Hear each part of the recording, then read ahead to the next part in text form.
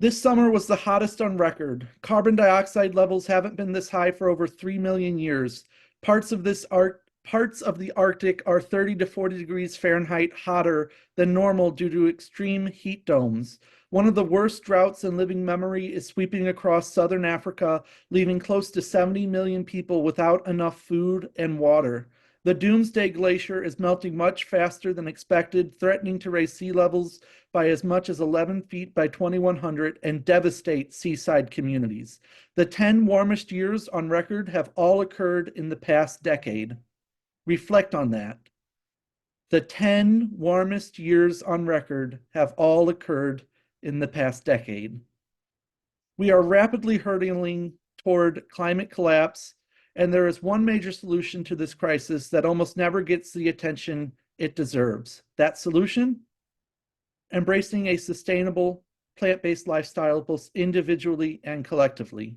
Today, we will learn about the powers of a plant-based lifestyle to not only end some of the worst atrocities in human history, but also prevent climate catastrophe and secure a livable future for all life on Earth.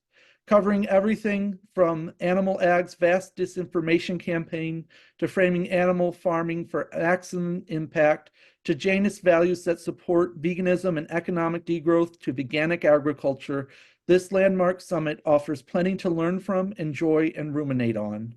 It is now my great honor to introduce Lee Hall, our keynote speaker at today's summit. Thank you very much. Hall, Go ahead.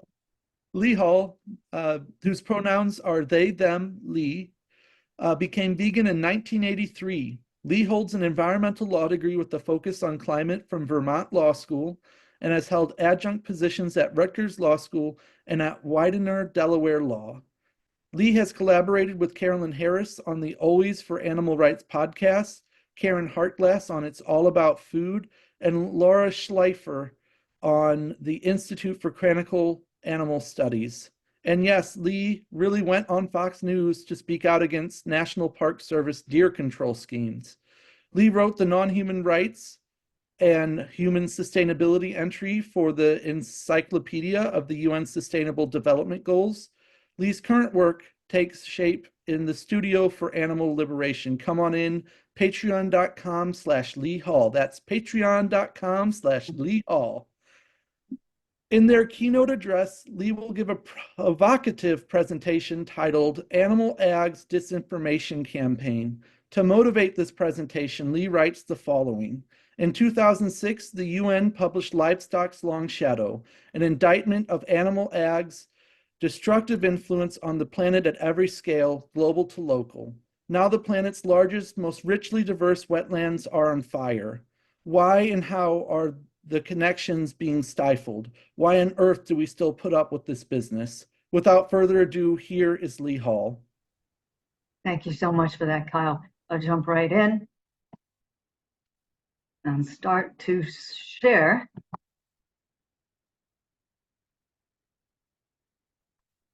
And it looks like participants can now see the screen. Is that correct?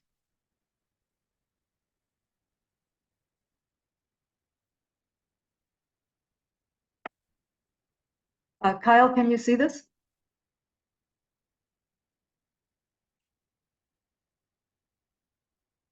Yes. All right, you see the first screen then?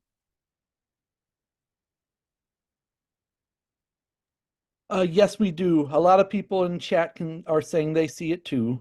Fabulous. All right, let's get started then. This is on Animal Ag's climate disinformation campaign. And so during this presentation, you're going to see some pieces of disinformation from the media. So bear with me because there will be some clippings from newspapers and so forth. But I think it's important to just take a look at what's coming out in the media so we know where the disinformation is coming from.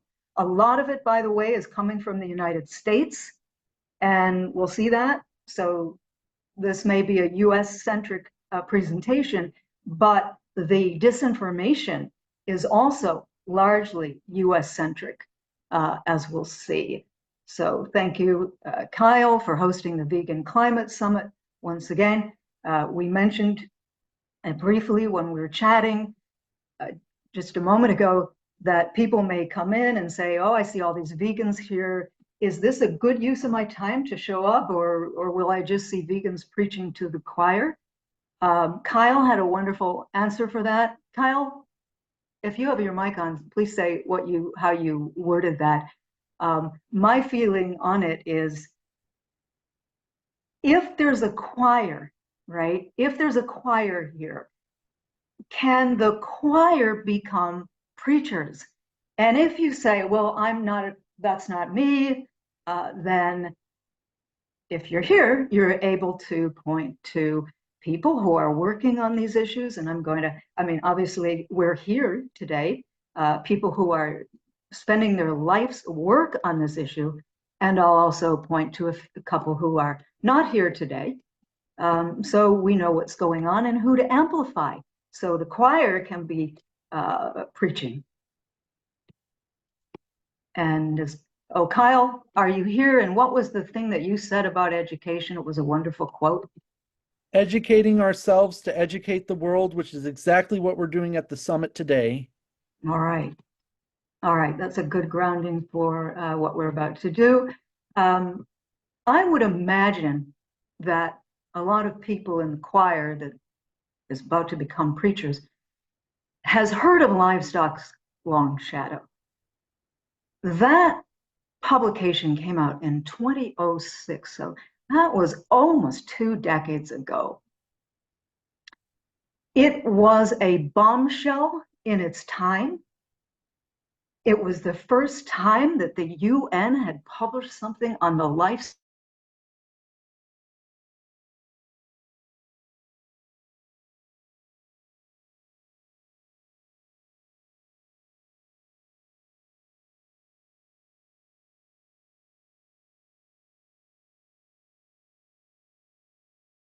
animals on the face of this planet. It did not hide the importance of this issue, right? It said the sector is a leading cause of greenhouse gas, ocean dead zones, so more than just greenhouse gas, ocean dead zones, soil erosion, animal extinctions. This is huge. Livestock's Long Shadow, 18 years ago, said that animal ag is one of the most significant contributors to the most serious environmental problems at every scale, from local to global. These are powerful words. I think we tend to think in terms of numbers and percentages that come out in these publications. Maybe we overly focus on those numbers because it leads to all kinds of debates. It's very good that people are doing work on figuring out the percentages, but the big picture here is what I want to point to, right? How the UN acknowledged animal agribusiness as a massive problem in so many ways. At the time, here's the lead author of Livestock's Long Shadow, Henning Steinfeld. And here's the context in which Livestock's Long Shadow came out. Steinfeld said, I was very frustrated. The livestock environment issue hadn't resonated, even though people accepted in private that it was a big issue for climate change and also water and biodiversity. All right, so everything's going to change, right? With the Livestock's Long Shadow. It's going to be a turnaround, right? Well, here we can see in an October 2023 article, so this was published last year in The Guardian, Arthur Neslin, the author of this article, published a year ago, and it's talking about how the UN food body, the Food and Agriculture Organization, the UN, played down the role of farming in climate change. This was published last year. So we're talking about 17 years of downplaying what Steinfeld put out, right, in 2006. 17 years of disinformation. And so let's take a look at this article. I want to quote what Steinfeld actually said in the article. Everyone knows that meat and other livestock products are closely connected to culture and ways of living. So there was a taboo here, Steinfeld believed, and here we were confronting it.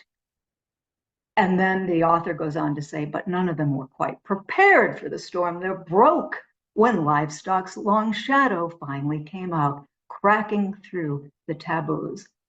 And then the Guardian author goes on to say that for the first time, now we're talking 17 years after the publication, some of these people are speaking out to the Guardian about a working culture at the UN agribusiness arm, right? They said they were censored, they said they were sabotaged, undermined, and victimized. And then the Guardian author says, it is so unusual for officials and a UN agency to allow a peek behind the scenes that almost all of them wanted to be anonymous. Amazing. I mean, why? Why would a UN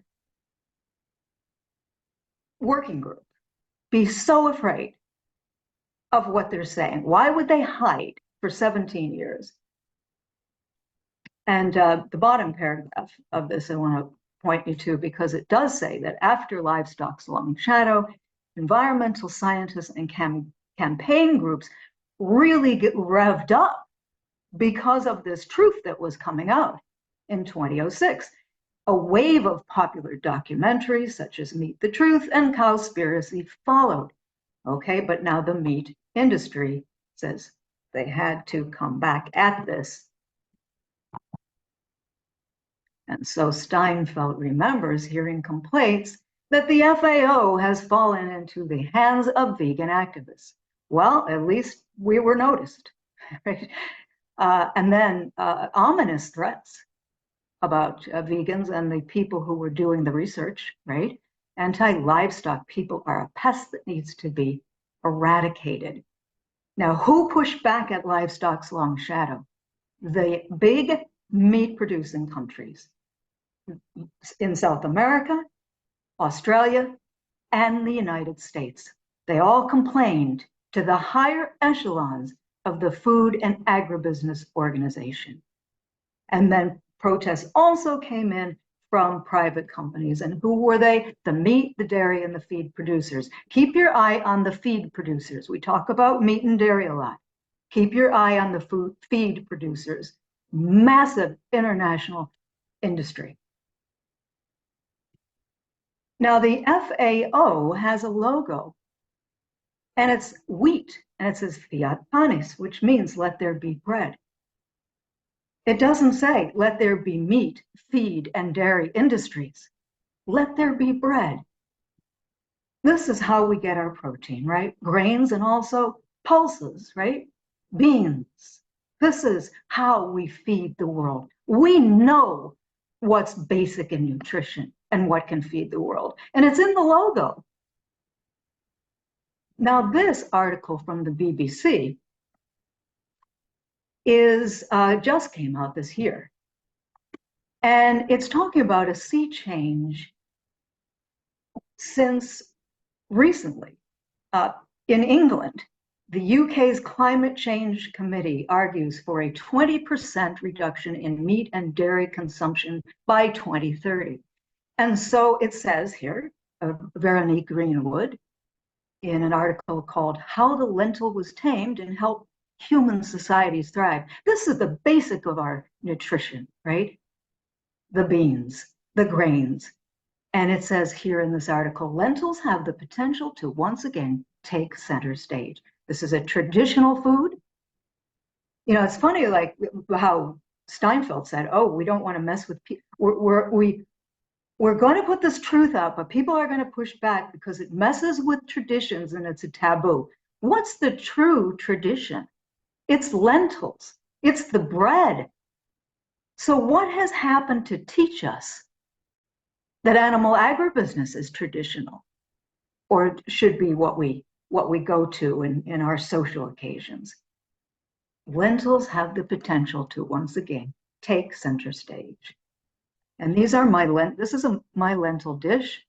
Here's me performing an anti-livestock protest by eating the classic vegetarian combination plate at Almaz Cafe in Philadelphia. And you can see several kinds of lentils there on the vegetarian combination plate, as well as some potatoes, carrots, beetroot, and greens. And so, of course, I reviewed it on Yelp and made sure to say that the classic vegetarian combination plate is vegan, delicious, nutritious. This is one way of countering misinformation. And it's very simple, just by doing a review and praising this dish. Another thing that I have done with the support of patrons on patreon.com/Lee Hall is where my studio for the art of animal liberation lives. And supporters there help me move my time from having to make a living to feed myself, right, to be able to do some activism in my life. And this is one of the things that I do is work to counter misinformation that's coming from animal agribusiness. So one example was the National Beef Burger Day and month is getting so much hype. Where is this coming from? And how can we counter it? So I write a column in Counterpunch and praise to the few progressive publications which will take on the animal agribusiness sector that will publish something like this. So hats off to Counterpunch for welcoming this work. And here's what I'm dealing with here in the article. And I quoted this in the article, beef burger brag. This was the thing about National Beef Burger Day. You're supposed to get on social media and go, beef, it's what's for dinner. You're supposed to do this, right? In this press release, it says, Americans love burgers and there's no substitute for a real beef burger sizzling on the grill. Where is this coming from? A press release from the National Cattlemen's Beef Association. And here you've got We Are Austin on Facebook. This 26th of April was this year. This stuff is still going on. It goes on every year.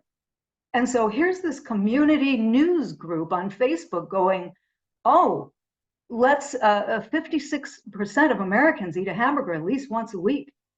So let's pay tribute to this iconic staple. And here we have National Beef Burger Month that they are talking up at Round Robin, and they interview the chef that says Americans love burgers, blah, blah, blah.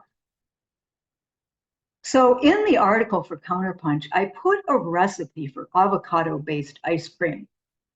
Because not only are we countering misinformation, but we're also empowering people to live a different life, to be able to divest themselves from animal agribusiness. So I put a recipe there, very simple, avocado-based ice cream. And I want to point out here that the USDA was trumpeting this misinformation from the cattle group. And they actually introduced on the USDA, that's the US Department of Agriculture, they actually put a dashboard for marketing decisions on beef, lamb, and veal for National Beef Month. Shouldn't they be urging the end of this? And drawing the parallel here to Joe Biden was able to drive a Ford electric truck. So where is the messaging that we need to shift away from animal products to grains, beans? Marla Rose of Vegan Street came out with some some good information to counter the misinformation. Epicurious, that's a media group in the culinary world, and they banned, it says, for climate change reasons, one of the world's top cooking sites stopped all recipes and photos with beef and posting veg-friendly recipes in their place. We also have, I saw Kathy Pollard at Summerfest in Johnstown. Vegan Summerfest is an annual event in Johnstown, Pennsylvania. And just wanted to let you know that there's somebody who is one of our movement who is out there working on nutrition and the combination of health for the earth, right? Health for our bodies and health for the earth, and how we can heal ourselves and the planet with food. And this just got a Living Now Book Awards, Books for Better Living. So congratulations to Kathy Pollard, and you might want to make a note and follow Kathy. And there are people who are out there, and Kathy Pollard is looking at these scientists and looking at what they're publishing to try to deal with misinformation. And here's a group of researchers who say the Food and Agribusiness Organization of the UN is coming up with this roadmap. Now, this is a recent article, and it says, but they fell short of actually saying we need to move away from animal agribusiness in our food system. But isn't that the whole thing? I mean, isn't that exactly what they should be talking about, given what they published in 2006? Where are they? And an article covered that journal article in The Guardian again. So kudos to The Guardian for getting in there. This is March 2024. They noticed that article and they said academic experts are criticizing the UN FAO for dismissing alternative proteins. The feed and the beef industry is, the production is, a lot of it is coming from South America. And you hear about the Amazon. If you haven't heard about it yet, I wanted to introduce you to the Pantanal, which is the largest wetlands in the world. And it's so richly biodiverse. You're seeing hyacinth macaws here in the largest wetlands in the world, the Pantanal in South America. Who's this? I saw this on SOS, right? This group, SOS, which is trying to save the wetlands, the Pantanal. And I saw this picture on their website and I said, who's this? So I did a little Google search for the image. And here's World Animal News explaining who this is. The great potu, nocturnal, and native to Central and South America. Uncommon, found in the less disturbed lowland forests, and the clearing of forest habitat is the greatest known threat to this incredible species. Peace for animals indeed. So thank you, World Animal News. And if you look up the great potu and you get a video that has sound on it, the howls at night are amazing. So check out the sound that this wonderful being makes at night. So fantastic. Here's some more animals who are in this great wetlands. This is a stork this community of storks is only in that area. It's called the Jibaru stork. And it looks, they say when you're up close to it, it looks like a pterodactyl. And somebody saw one in Texas and thought they were seeing some kind of pterodactyl. And it turned out to be one of these beings who got lost on migration. So here's what's happening in the Pantanal. This was at wildfiretoday.com. You can see that at the top. It is recent. It is just a couple of months ago. And it's talking about how the world's largest tropical wetland burned this year. Imagine a wetland burning. I mean, what does it take to burn the world's largest wetland? And here it talks about the record-breaking wildfires across Brazil, Bolivia, Paraguay, just 4 years after similar fires burnt a third of this area. One of the most important areas of fresh water in the world. NASA captured some of the burn scars, and that's important because they have to do this satellite imagery to find out where the fires are starting. Why is this happening? We know, and here, this quote at the bottom here, of one of the Association of Women Producers, talking about how hard it is to deal with this after a third of this wetlands area burnt down just 4 years ago, right? So they are struggling. But unfortunately, some of the people who are working on these lands are beholden to big beef. So JBS, the people who supply Red Robin and the other fast food places, uh, a lot of them come from this area. There are cattle ranchers who are beef producers, and they must answer to these large multinational companies. So not only are we dealing with a much hotter climate and a much drier Pantanal, that it used to be covered with floodwaters half the year. Now it's down to like 2 months where it's a wetland still. So we're dealing with climate crisis, but also we're dealing with cattle ranchers who are part of the emissions that cause this global heating, and they are burning the forests in the Pantanal. They are burning the grasslands in the Pantanal. Why are they doing this? To create or to clean, as they say, clean pasture, so their herds can have more fresh greens to eat. Now comes this tweet that I'm showing you is September 25th, 2024. It was just recently. And Spencer is a person who on Twitter who writes for a number of environmental and progressive publications and is talking about an article in Mongabay. And now, not only are we seeing the fire starting by the cattle ranchers, but it's escalated. So now we're escalating from arson to chemical defoliants for destroying the Pantanal and Amazon, including a synthetic variant of Agent Orange, Vietnam-style chemical warfare to sell us beef. Outrageous.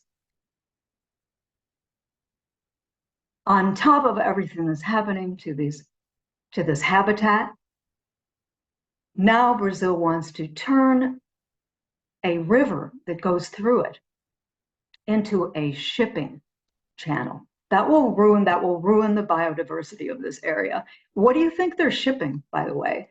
And if you said feed, you're absolutely right. Meanwhile, at Stanford and at Berkeley, there are two researchers who have been looking at the importance of why wouldn't the UN be talking about this? Why wouldn't the USDA be talking about phasing out animal agribusiness represents our best and most immediate chance to reverse the trajectory of climate change? And this was published in 2022. And you see it is in a leading peer-reviewed journal.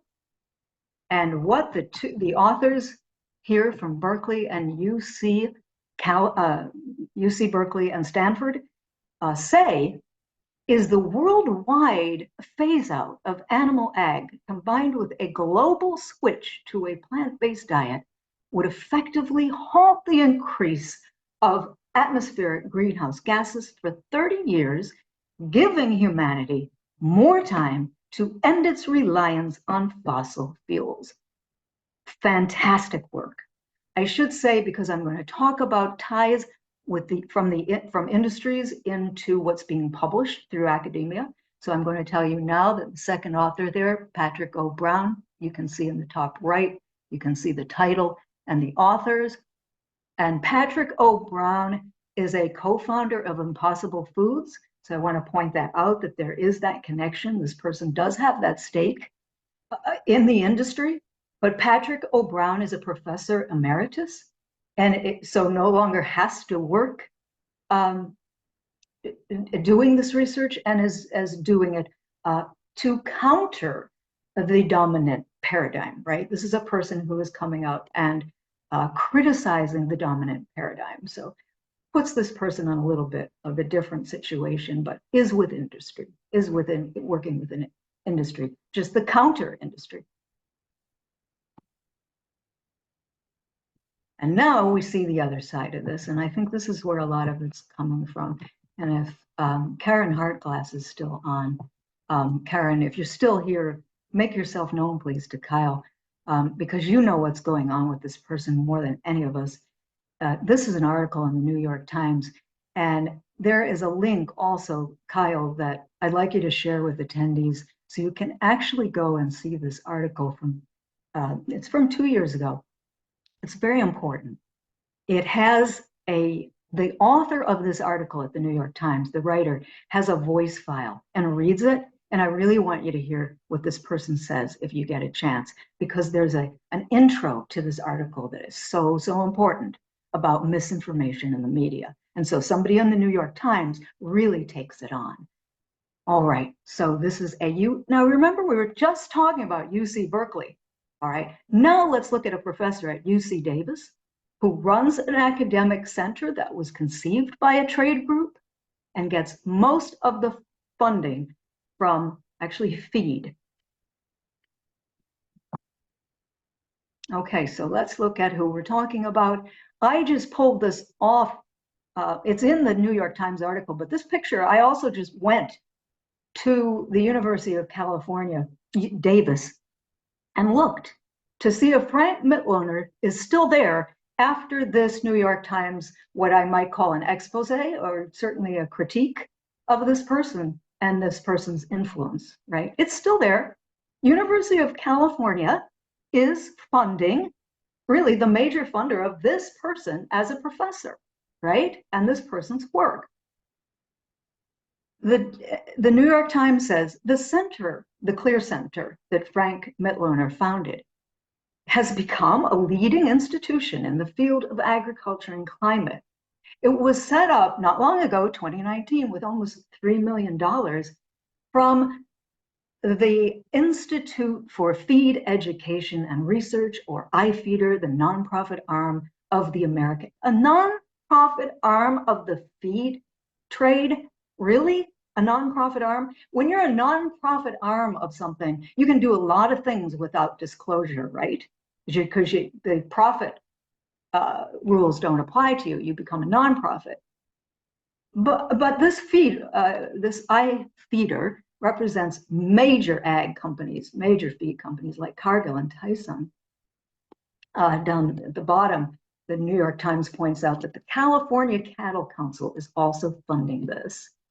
Now, here's an example of Frank Mitloehner's disinformation. A study came out, and you remember I was talking about Kathy Pollard and that book, Eating Does It? Kathy Pollard goes into what the Eat Lancet Commission found in their major summary. Lancet is a respected medical journal throughout the world. And they found that eating for the planet was basically the same thing as eating for your own health. Very important study. Underneath that picture, that image, I'm showing you the New York Times and what the New York Times is telling us that Frank Mitloehner does when the Lancet, the journal article, commission summary comes out. So Dr. Mitloehner goes onto Twitter and says, the Eat Lancet authors are spreading a radical anti-meat agenda using the hashtag #YesToMeat. And Frank Mitloehner says on Twitter, their so-called planetary diet is a quasi-vegan diet, he said, calling the findings anti-livestock. All right, so when you hear this term anti-livestock, you see where it is coming from. And is Karen here? Okay, interrupt me, Kyle, if Karen is here. Karen is here. Karen, would you like to say a few words about our Dr. Mitloehner? Give me just one moment to give them the ability to speak. Okay. Since they aren't a panelist, but I can approve this on a one-by-one basis. Okay. So we're looking up real, and I'm going to click allow to talk. Okay. Can you hear me? Karen, hard class. Yay. Okay, but you can't see me, huh? No. Oh, okay. That's okay. Screen sharing? So, what? Kyle, should I stop screen sharing? No, they might have to turn on their camera. My camera's on. Oh, then I'm not sure what's going on. Okay, let's see. I'm just going to quickly check my Zoom settings, video. Yeah, I'm on. Okay, Oh, here I I still am. sharing. Okay, go ahead. Let me see your Okay. face. Go ahead. Anyway, real. No, I don't see Anyway, myself. I don't Okay, see you. no big deal. Um, First, Lee, I just want to say I always have loved your work and everything you're doing. I know you had a birthday last week. I wish you a happy birthday, and I'm so glad you were born. I just wanted to mention a few things. So I have a podcast that's all about food since 2009, and I had the honor to speak with Robert Goodlin back in 2010, and he passed in 2013. He was the lead environmental advisor at the World Bank. After serving for 23 years there, he was nicknamed the conscience of the World Bank. Brilliant person. And he and Jeff Anhang wrote a response after Livestock's Long Shadow came out in the World Watch magazine. It was brilliant, and he talked about how that that first article that the UN put out was amazing because nobody ever talked about the greenhouse gases and the impact of different industries on climate change. But then he said the calculation wasn't right, and he said that 51% of greenhouse gases produced human-induced was from animal agriculture. And I asked him what he thought of Frank Mitloehner at the time. This was 2010, so we're talking 14 years ago. And I asked him what he thought of Frank Mitloehner's response to his article. And he said it's very misleading. He doesn't seem to recognize that most of the livestock in the world don't grow in the United States. It grows in developing countries. He doesn't recognize that most beef comes from deforestation and burning forests. And he doesn't really calculate the climate impacts of beef production. All he does is criticize how other people calculated the transport sector greenhouse gas emissions. And it goes on. And if you wanted to hear that, I can include a link to that interview. Then I had the opportunity, I can't believe it was 10 years ago, but I was invited to speak on a panel just before a bull sale at a feedlot in Nevada. And the panel was Animal Agriculture's Impact on Climate Change. And I couldn't believe I was invited to begin with. Why this woman who owned the feedlot wanted to have a vegan. She wanted to have, I guess, all voices represented, even though when I got there, she wore this PETA t-shirt, people for the enjoyable eating of animals or something offensive like that. And Frank Mitloehner was on this panel, and also James Taylor, not the singer, but James Taylor of the Heritage Foundation. And I hope by now most of you have heard about the Heritage Foundation with Project 2025, but the Heritage Foundation has been around for decades. Project 2025 is like the 9th iteration of that report, trying to make our government authoritarian and not democratic. And he was part of this organization. They have a lot of money. And he gave a slick presentation about the importance of eating meat, as did Frank Mitloehner at the time. And I was trying to engage with these 250 cattle producers with my vegan message. And actually at the end of the piece, the debate, they complimented me and said I had more balls than their bulls. But it was an interesting time. And quotable quote for today. yeah, so that's my interaction with Frank Mitloehner. What else can I say? So what I just wanted to add one more thing. You touched on it. It's all about capitalism. It's all about money. And the word capitalism, as we know from 10,000 years ago, it started with people counting heads of cattle. And that's where wealth comes from, having things that you can exploit. And so promoting the meat industry, the animal industry, exploiting is all about a small group of people making a lot of money. Karen Hartglass is with Responsible Eating and Living Real, a 501c3 nonprofit corporation founded by cancer survivor and vegan activist Karen Hartglass with Gary DeMatte. That's how you look this up, Karen, Responsible Eating and Living. Karen does a podcast called It's All About Food. If you'd like to look that up, and I see that Kyle has offered that to everyone. And I'm going to share screen now. And can you see my screen? Yes. Okay. All right. So now you're familiar with Frank Mitloehner, and you know where Frank Mitloehner is doing this work through a state university think tank. And really, they do organize the New York Times writer, who I showed you the link to that I really want you to hear this author speak, because the New York Times article author starts by saying, okay, we know that we're told all the time that meat is a tradition, but we're not told that our ideas of tradition are being taught to us by people who are giving us a particular way of thinking. And if we want to take back our autonomy over food, then we wouldn't listen to them.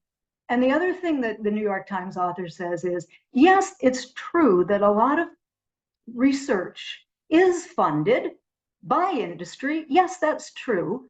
But a collaboration like this is highly unusual.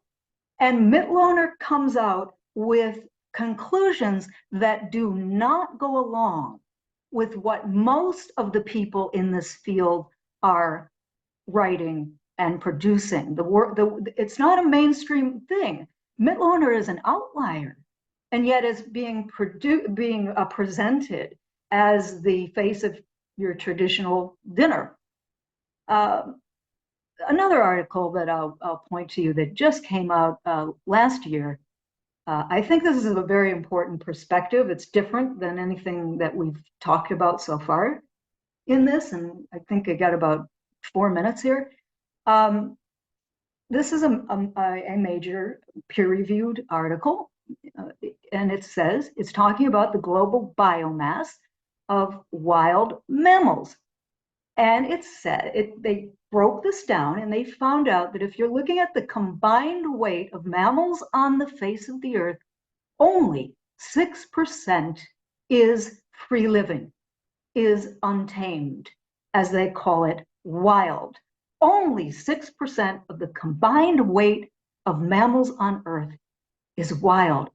That is shocking.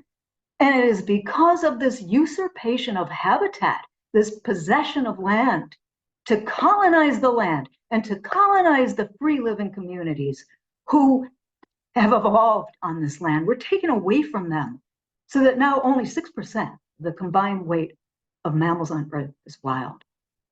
And so I'm going to conclude here with this thought, because this comes from 1951, Veganism Defined, because they foresaw this, right?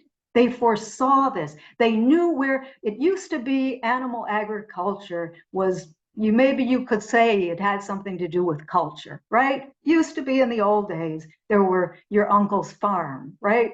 All right. They knew that that wasn't culture. They knew it. The early vegans knew that it was agribusiness, that it was all about business. As Karen Hartglass just said, it's all about money, right? They knew it, and they knew that what we were doing with animal agribusiness was taking away the planetary habitat of evolving living communities. And they said, in a vegan world, the creatures would be,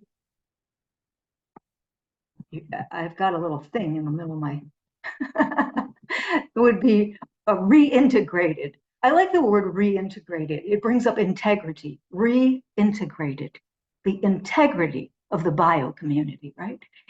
The balance and sanity of nature. That's what we're going for, vegans. That's what we're going for here. We're looking for a world in which the creatures are understood and respected, and they are not taken away from the balance and sanity of nature, that they can evolve right on their own terms. A great and historic wrong whose effect upon the course of evolution must have been stupendous would be righted. That's what we're here for, vegans. That's the message we need to bring out into the world. Oh, and I like to thank Project Animal Freedom and every patron that supports my studio. In the Studio for the Art of Animal Liberation is hosted on Patreon. And that is where I do a lot of my writing for Counterpunch. And that is where I work on presentations like the one you are experiencing now. And in fact, the people who I'm thanking here for subscribing to this work voted, and I include Project Animal Freedom as one of the people who voted on this topic. So the reason that we're doing this topic is because the supporters of the studio that make my work possible wanted this to happen. So thanks to all of you. Thanks so much to Project Animal Freedom. Please support them. Please tell people about them on your social media. Project Animal Freedom, so that we can create, starting with a vegan Midwest, as Kyle wants to do, Midwestern US, but to be an educational force and an informational force globally. Thank you, Project Animal Freedom. Thank you so much, Lee, for your extremely compelling and excellent keynote address. Everyone, feel free to write your thoughts in the comments. I see Marianne wrote, thanks to everyone for attending this important summit, and special thanks to Lee Hall for her inspiring and informative information about how to go forward with and share with others how the diet of meat is challenging our planet as well as our lives. So please do extend some plaudits to Lee Hall and our other speakers as well in the comments so they can know they did a good job. Can't wait to hear the other speakers. I'm very excited to be here. Stay for. Absolutely. Thank you so much, Lee. That was, I could tell you put quite a bit of thought and effort into that, and I really enjoyed it. I think it was an excellent keynote address that really helped set the tone for today. Our next speaker is Carrie P. Freeman. Carrie P. Freeman, PhD, is a professor of communication at Georgia State University in Atlanta, who researches and teaches strategic communication for activists, media ethics, environmental communication, and critical animal studies, with a specialty in animal agribusiness and veganism. Her award-winning books include The Human Animal Earthling, Shared Values Unifying Human Rights, Animal Rights, and Environmental Movements, and Framing Farming, Communication Strategies for Animal Rights. With Deborah Merskin, she co-authors Media Style Guidelines for Respectful Coverage of Animals at animalsandmedia.org. Carrie has been active in the grassroots animal rights movement since the early 1990s, including serving as faculty advisor for the GSU Student Animal Rights Club that she chartered in 2016. For over a decade, she has taken a compassionate conservation approach to co-hosting her eco radio program and podcast on Radio Free Georgia called In Tune to Nature. Today, she will give a talk titled Framing Farming, Vegan Communication Strategies Promoting Justice for Animals, Ecological Responsibility, and Our Own Animality.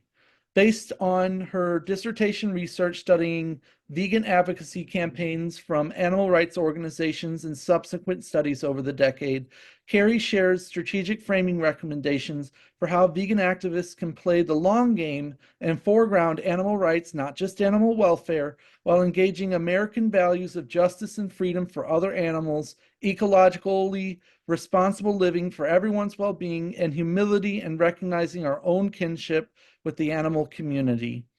We will end with a Q&A session, overcoming challenges in enacting these frames. Without further ado, please welcome Carrie P. Freeman to the stage. Thank you very much. But I also want to tell Lee, I have your books. And so I was like so excited when I saw that you were speaking here, because they went into my dissertation and other things. So I've just been really impressed with your work for a long time. So Harry, thank you very much for letting me know that. The latest book is On Their Own Terms, Animal Liberation for the 21st Century. okay, And I that's think I have to Oh yeah, this is the one. Yeah. You've Okay. got Yeah. the new version or the Yeah. most recent version. And Oh, that's great. that's how the Studio for the Art of Animal Liberation started around that. So thanks for showing that off. And Yeah. Well, the ideologies that you talk about are very, I think you'll probably see them reflected in what I'm talking about today um, because I find your work influential. this is how it happens: Yeah. synthesis, biosis, and these weaving these connections like we're doing this today. Thank you, Carrie. It's great to Yeah. know you as a person now. Yeah. Well, I'm going to share my screen now and try to put it in slide share mode. I liked the analogy you guys had of preaching to the choir because that's what I guess I love to do because my books are for activists and they're about like strategic communication. So the idea is that we will all become more effective activists in the way we talk to each other or the campaigns that we put together, or the way we write letters to the editor, all these kinds of things. So what I'm going to be talking about today is lessons from the social movement framing scholarship really quickly, and then my evaluation of strengths and weaknesses of some common vegetarian campaign frames. But I'll spend most of the time talking about my recommendations for how we should do collective action framing around veganism, how to define the two main problems around justice and environmental responsibility, which is where the climate crisis comes in, and then motivating solutions that are also kind of animal rights based. And then we can have a discussion at the end about some of the challenges of enacting some of these frames. So my slideshow it's kind of dense and it's got a lot on it, and I'm going to go through parts of it really quickly. So I kind of apologize for that because I'm only picking parts of my slideshow. But my dissertation was turned into the Framing Farming book in 2014. But some of the things that were really influential to me when I started to think about, okay, how is the animal rights movement doing promoting veganism? And are we promoting animal rights ideology at the same time? Because a lot of the social movement literature, even when you look at the civil rights movement or the women's rights movement, they say that you should embody culturally resonant values situated in historically familiar narratives, but that you can demand rights, but they seem maybe a little less radical if you kind of make them more resonant with our current culture. And the way that I've organized my analysis and my recommendations are around these collective action frames that come out of the social movement framing literature, which just simply says when you have a campaign, you need to define the problem or problems, provide solutions that align with that logically, and then motivate actions based on values and identity so people see that it fits their identity to enact the solutions and that these are things they care about and that it'll work, like the self-efficacy part of things. And you'll see that I do like non-anthropocentric frames that are more about altruism and kind of doing the right thing, not just about like our cholesterol or something kind of self-interested. And just so this was who I initially interviewed and studied for the book, but this was back in 2018, all these fantastic different groups. And this, this is, you're familiar with all this kind of stuff, even though this was kind of old school. Like notice that it said vegetarian starter guide back then but when you would open it up, it would all be vegan, but they weren't using the word vegan. But now I like that now we're actually embracing the word vegan. And so I'll just quickly kind of tell you what things I saw when I was looking at most of the veg materials from, again, this was like 15 years ago or something, but the problems tend to be framed around like a welfare issue, which is like that factory farming causes cruelty and suffering.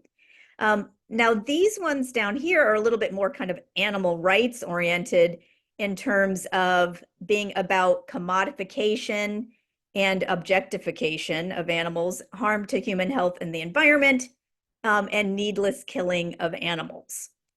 And then the solutions that you tended to see was either to go vegetarian, which really meant vegan, and now we kind of use the word vegan, or to reduce animal consumption was sometimes what was mentioned, but not necessarily to eliminate.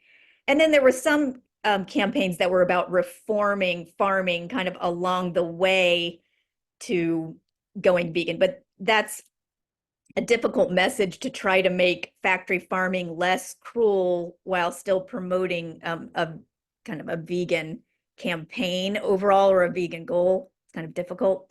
And I'm not going to go through all the analysis here, but I did want to jump to this slide here that kind of relates to what we're talking about today, which is when they were talking about harm to health and the environment, a lot of times, even though these were animal rights groups, they were overlooking opportunities when talking about the environmental problems with factory farming.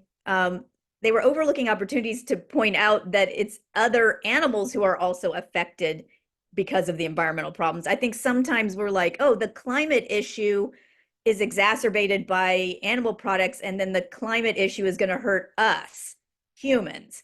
But and that's definitely true, but it also hurts all the other animals as well. And I feel like as an animal rights movement, we need to also say that something is a problem when it hurts animals, non-human animals, other than human animals, as well as the human animal. So there's just opportunities for us to kind of get involved there. But you could see even back in 2008, it was the animal rights movement that was always kind of bringing up the global warming and climate change issue. And we have always been the ones really pushing it, because I've also done studies on a lot of environmental campaigns, and they often don't bring in the food issue, as a lot of you know. And then the Cowspiracy documentary kind of talks about that as well. Okay, so let me just kind of get to my recommendations for rights-oriented frames that problematize eating and farming animals. So here's the problem part, and then here's the solution part. This is what I would say are the main ways that we should build our campaigns, and they're around certain values. So the first one is that to farm anyone is unjust and it's exploitative. So you could either use a fairness frame, a justice frame, or kind of an anti-exploitation frame. And then there's a welfare component that's kind of built into that the suffering is part of what makes it unfair to them. And then the other major problem with raising and eating animals by human society is that we just can't keep doing it. Like we physically don't have enough planets to destroy for this. So it's just unsustainable and ecologically irresponsible. So in my talk, I'm not going to go through all the statistics about why that is, or I think that you all know that, and probably the other speakers will tell us more about exactly how it's ecologically irresponsible, but still that should be a main frame. Also notice I don't have human health listed as the one of the main problems. I am going to bring it up as a solution, but I still think, if at least from an animal rights perspective, or if we're an animal protection organization, when we're framing the problems, it should be focused more on kind of all species, including, other animals and humans, and not just focused on, oh, it's bad for your health, so you should stop eating animals because it's bad for your health. Some of the problem frames, I'm going to go through these in more detail, but some of the problem frames in social movement literature also says sometimes you want to say, well, who's to blame? So here's the problems, but also, well, who's responsible for those problems? So I'm going to talk about the fact that our species as society is actually the main problem, or the culprit, and not just the agribusiness industry itself, but it's all of us. So in the solutions that get paired with that, part of that I'm saying is we need to identify with and respect fellow animals, that we are an animal ourselves, and then eat a plant-based diet. So being vegan, and whether you want to use plant-based or vegan, and then work collectively to create a non-speciesist, just, and sustainable society. So you've also got like a bigger vision, because the eat a plant-based diet often seems like an individual choice. So we want to make sure that we're not just doing like a market-based solution to every single person, telling them about their own choices, but talking about what we as a whole society can do to evolve together towards combating speciesism and not allowing these things to be legal. So I'm going to go through the different frames. And so starting with that problem frame we talked about of injustice, another like shortcut way I tend to say it is it's not fair to farm anyone. So I'll repeat that. It's not fair to farm anyone. Like I think that's kind of like the theme of my book. So because whether the farming is a small farm or like a real old-fashioned farm, or whether it's factory farming, it still involves owning someone for profit or use, breeding them, which often involves a sexual violation, using their labor, their bodies, and their babies for profit. Some people you don't have to use the word enslaving because that might always not be the right word, but this is a form of enslavement. I think farming could definitely be categorized that way. Or you could just say keeping captive, as well as exploiting of the individuals, meaning using them for as a utility, as an instrument, a tool, controlling them, and ultimately killing them. And another thing I've started to think about lately is I think we can potentially use the analogy of farming as like a canned hunt. Because a lot of people, even if they like hunting, they don't like the idea of a canned hunt where it's not fair, like the animals can't get away because they're in a combined area. But that's what farming is keeping our like lunch ready to go and just having them there to kill. And they really don't have any choice. And I want to bring in also kind of an environmental message here to the justice frame, that even eating fish who are wild caught or other animals on land who are hunted can also be seen as murder, even though that is what a lot of other animals do if they're omnivorous or carnivorous. So I actually don't think we should problematize the notion of meat or meat eating, because that's what some animals need to do. And some human animals need to do that based on where they live in the world and what food options they have. But I never promote farming anyone, but to me, other animals, other humans and other animals can be part of an ecosystem that may involve hunting if it's necessary. For me, I don't see it as ever probably having to be necessary. So if it's not needed for your survival, though, then it's more kind of sport, and it's really problematic for that reason. So I'm also advocating for framing the public debate not about the treatment of animals, because I feel like for so long we get into this issue of trying to, it's really a welfare frame in the animal rights movement. As part of it is just like talking about how bad industrial farming is, which it is disgusting and insane and gross. But then we're kind of just playing around with how to make it better sometimes, or how bad is it? Like, how bad does it have to be before people care about other animals? When really we should change the frame to saying that this issue is that it's not fair to domesticate someone and use them and kill them when it's unnecessary, because this food and these food items that come from agribusiness are for the most part unnecessary. And kind of building off that, I don't want to say that we can never talk about animal suffering or kind of welfare issues, but I'm saying that the cruelty and the suffering angle can be part of a rights-based message and can also be framed as an injustice by saying that some pain and suffering, including premature death, is and has been inherent to all animal farming and fishing. So that it's not just about this kind of factory farming being wrong and this other kind of farming being so much better. Because throughout history, and even like the ancient Greeks would talk about harm to animals on kind of the old-fashioned farms. So it's not only cruel to cause pain, it's cruel to belittle someone by owning them, to use them as an object of personal gain. So there's another little phrase here I have: clarify, we want animal-free farming or veganic farming, not free-range farming. And then another phrase I have over here is farming is using animals or farming is abusing animals. I do kind of like that phrase where you take the fact that we're using them, but you also put the AB there to say we're abusing them by using them. Because that's the key argument with animal rights, is that it's not fair to use somebody, and that use is abuse. And just some other examples of an injustice frame. Again, my little saying, it's not fair to farm anyone. All animals deserve a chance, just farm plants. Flesh, eggs, and dairy are oppressing and depressing. Eat animal-free foods. So then you see like the PETA logo here, or one of their mottos, I think is pretty classic. Animals are not ours to eat, wear, or experiment on.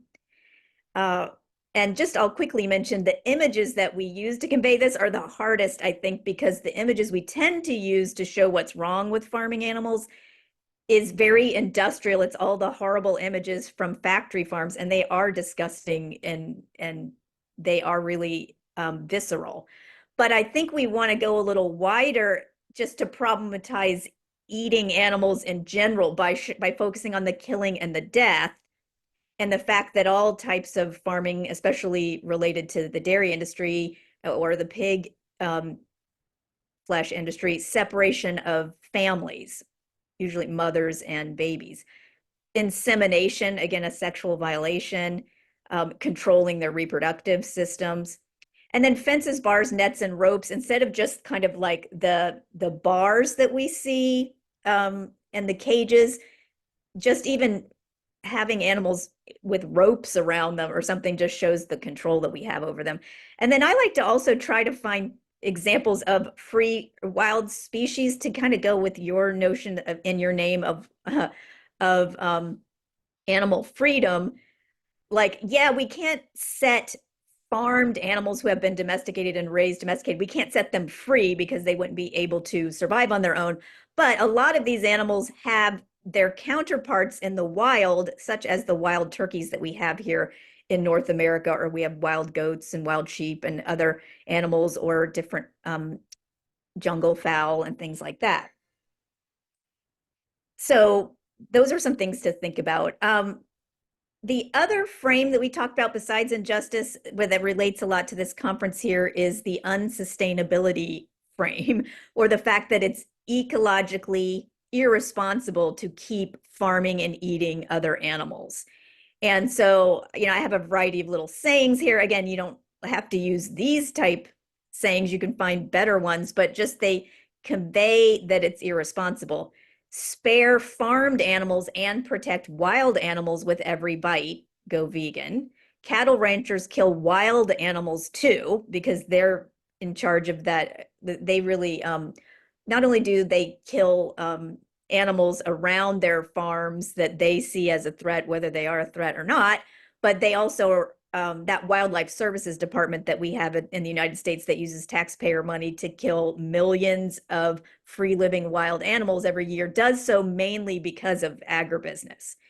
And then we also kill animals just by consuming their habitat to have all kinds of grazing land. Humans, we're not the only species on the planet. We just eat like it, just eat plants, and then eat veggie meat, cool food for a cooler planet. So I also like to capture the notion of meat and try to talk about animal meat versus veggie meat, so that we can kind of maintain control like we do with the concept of milk. There's milk from coconuts and cashews, and there's milk from cows. So, and then to go with that also, I really like the Center for Biological Diversity's Take Extinction Off Your Plate campaign and its Grazing Facts website too. So I've kind of got links to those, and I could put that in the chat. But and this deals more with how what we eat affects wild animals and is linked to the extinction crisis. And I know that that's not necessarily exactly related to the climate crisis, but to me, all of these things go together, because the more we protect wilderness and wild animals, the more we're protecting the climate. Because this is a little bit off subject, because I was reading about how whales actually, related to their whole digestive system, they actually reduce the climate crisis, but whales are going extinct largely because of ship strikes and getting tangled in our fishing nets and different kinds of things. So anyway, there's examples of if we repopulate the planet, going back to Lee's point that we have replaced most of the mammals on Earth with farmed animal mammals like cows. So if we allow the wildlife to kind of replace the farmed animals, and if we didn't like have such a large population of humans, then that would actually help the climate crisis as well. The Grazing Facts website of theirs is also talking about all the problems with using our public land in the United States to give it over to people grazing farmed animals and how that is problematic for the wildlife there. Basically, we think it's we have a whole policy that kind of replaces wildlife even on federal lands with farmed animals and acting like the wild animals who are native residents of this continent as if, they're not supposed to be here. Who's responsible for these problems? We are, and animal agribusiness and fishing industry supply us. So, and we have a kind of an image here from Sue Coe. But, and this part is a little bit hard. I know most of our frames talk about blaming problems on just the animal agribusiness, like they're the biggest problem. But we have to take some responsibility as a society, because if we're not the ones responsible, then we're not the ones with the solution. And I don't expect animal agribusiness and the fishing industries to be the solution. So we have to take ownership of that. But I do want to say that the fishing industry and the animal agribusiness industry, they also feed into those frames like Lee was talking about, how it seemed they're trying to make meat and dairy so central to our lives and make it seem like it's such a huge part of our ancestors' identity when it really may not have been. And there's other kind of indigenous foods that we all have eaten over the years. So their lobbying is problematic. I'm not saying they're not a big part of the problem. And a lot of my strategy is trying to get past the faulty premise of human moral superiority, because it's that human moral superiority complex that has caused the climate crisis, has caused the extinction crisis, has caused the mass exploitation crisis.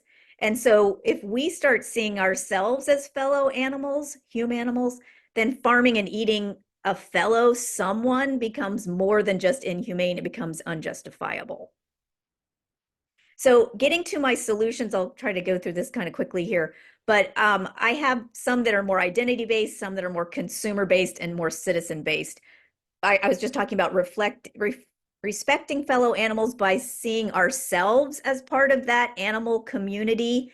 Like with my latest book, The Human Animal Earthling Identity, is like we're humans, we're part of the animal kingdom, and we're an earthling on this planet. And so from an individual consumer standpoint, yes, we should be eating a plant-based diet. And this is where I think we can bring the health benefits in, because there are massive health benefits, especially if you're eating a whole foods plant-based diet, not like a junk food, highly processed vegan diet. But so rather than framing human health as a problem with the meat industry, I think it's better to say that human health is a benefit of eating plants, like that is a better framing. And we need to foster wide access in our communities to vegan food in the schools and in institutions, prisons, everywhere. And so it's not just something that those of us who can afford it to shop at Whole Foods or something are doing. And then citizen-based, work collectively to create a non-speciesist, fair, and sustainable society. So we're transforming unjust and destructive systems for all living beings, and we're kind of creating, we're part of a bigger justice movement, including the climate movement, and we're part of that. And so I do have some slides kind of on each of these things. I will go through them kind of quickly here. But identity-based solutions, again, we are part of the animal kingdom. All animals, human and non-human, deserve life, liberty, and the pursuit of happiness. some examples of frames. Vegans are friendly animals eating animal-friendly food. Or we animals are more than just protein. I like to point to myself and say, because I have mammary glands and I have flesh, like that I am meat also. And I could produce dairy, but I really don't want to. Another identity-based solution is to make sure we're personifying and individualizing each of the farmed animals who are being used. So anytime we can kind of say, like you see here, I want to live, my life depends on you. I want to be your friend, not food, like coming from their perspective. They're someone, not something. And definitely we have to get out of the habit of calling them it, which they still do in journalism. And I've been trying to work on that with some other people like In Defense of Animals. But avoid using meat industry jargon and try to personify them more. And then the consumer-based solution is eating a plant-based diet. And it should be mainly organic so we don't have all the chemicals that are affecting the wildlife and all the farm workers and ourselves. Support vegan food choices throughout the whole community and make sure there's not food deserts. And ensure people know veganism is healthy and in fact healthier. I mean, it's amazing how many things it's affecting. Like it's better for your brain health. It prevents strokes and heart disease and diabetes and all of the major killers. And so there's a lot to say on the health front in terms of what's positive, so that people, if they want to say, well, oh, I'm convinced that eating meat is a problem for the planet and that it's not fair to animals, but not, I don't know if it's good for me. Now the solution is, yeah, actually it can be really good for you. And then I know sometimes people think that we're rigid and inflexible, we're radical because we're asking for such a radical change of not eating animals. So where I still think we should say, no, we shouldn't farm and eat other animals if you have other choices. But where we should show flexibility, and I think we do, is in people's timing. That like it might take them a while to adjust, or they need to kind of be in a different neighborhood, or they need to wait till more things are available at their school or whatever. So we can help them with that timing and that transition. So that's where we need to show flexibility so we don't seem so rigid. And then the citizen-based solution for us as political animals is work collectively to create a non-speciesist, fair, and sustainable society. Like a stable climate is part of that vision. And we need to transform institutions through our activism, education, lobbying, and voting. And I highlighted that because it is so critical for other animals. Like whenever I hear someone say they're not going to vote or they don't care about voting, I'm like, what? We have to be the voice for other animals, and we have to, and like it's pretty obvious here in the United States in terms of the climate crisis, who to vote for, and trying not to have Project 2025, the Conservative Heritage Foundation anti-climate change solutions kind of put forth.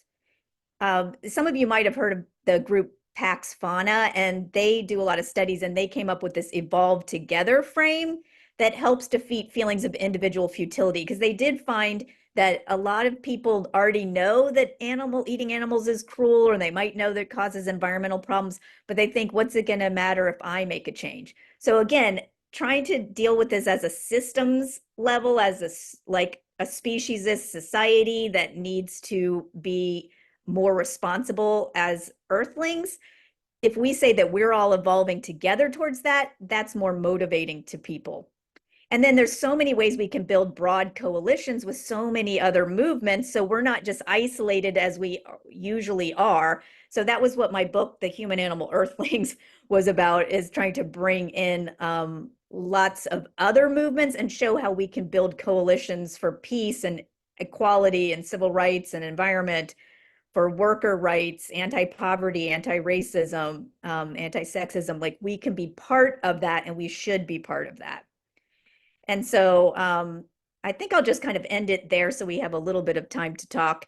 And so I have a website for the Framing Farming book that's aimed at activists, framingfarming.com. But my latest book, which I also alluded to, is called The Human Animal Earthling Identity, about bringing together lots of social movements.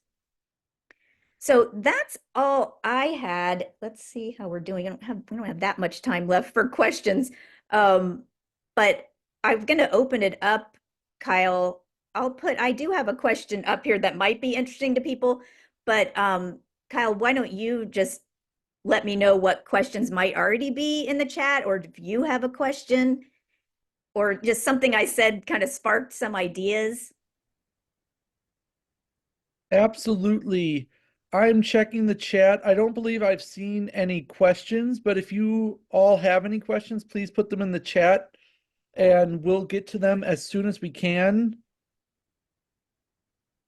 This question that I have up here is something I've been thinking about lately and relates to this conference, because at Georgia State University, where I teach, I'm trying to figure out a way to get them to go 50% plant-based in the dining halls and in the catering.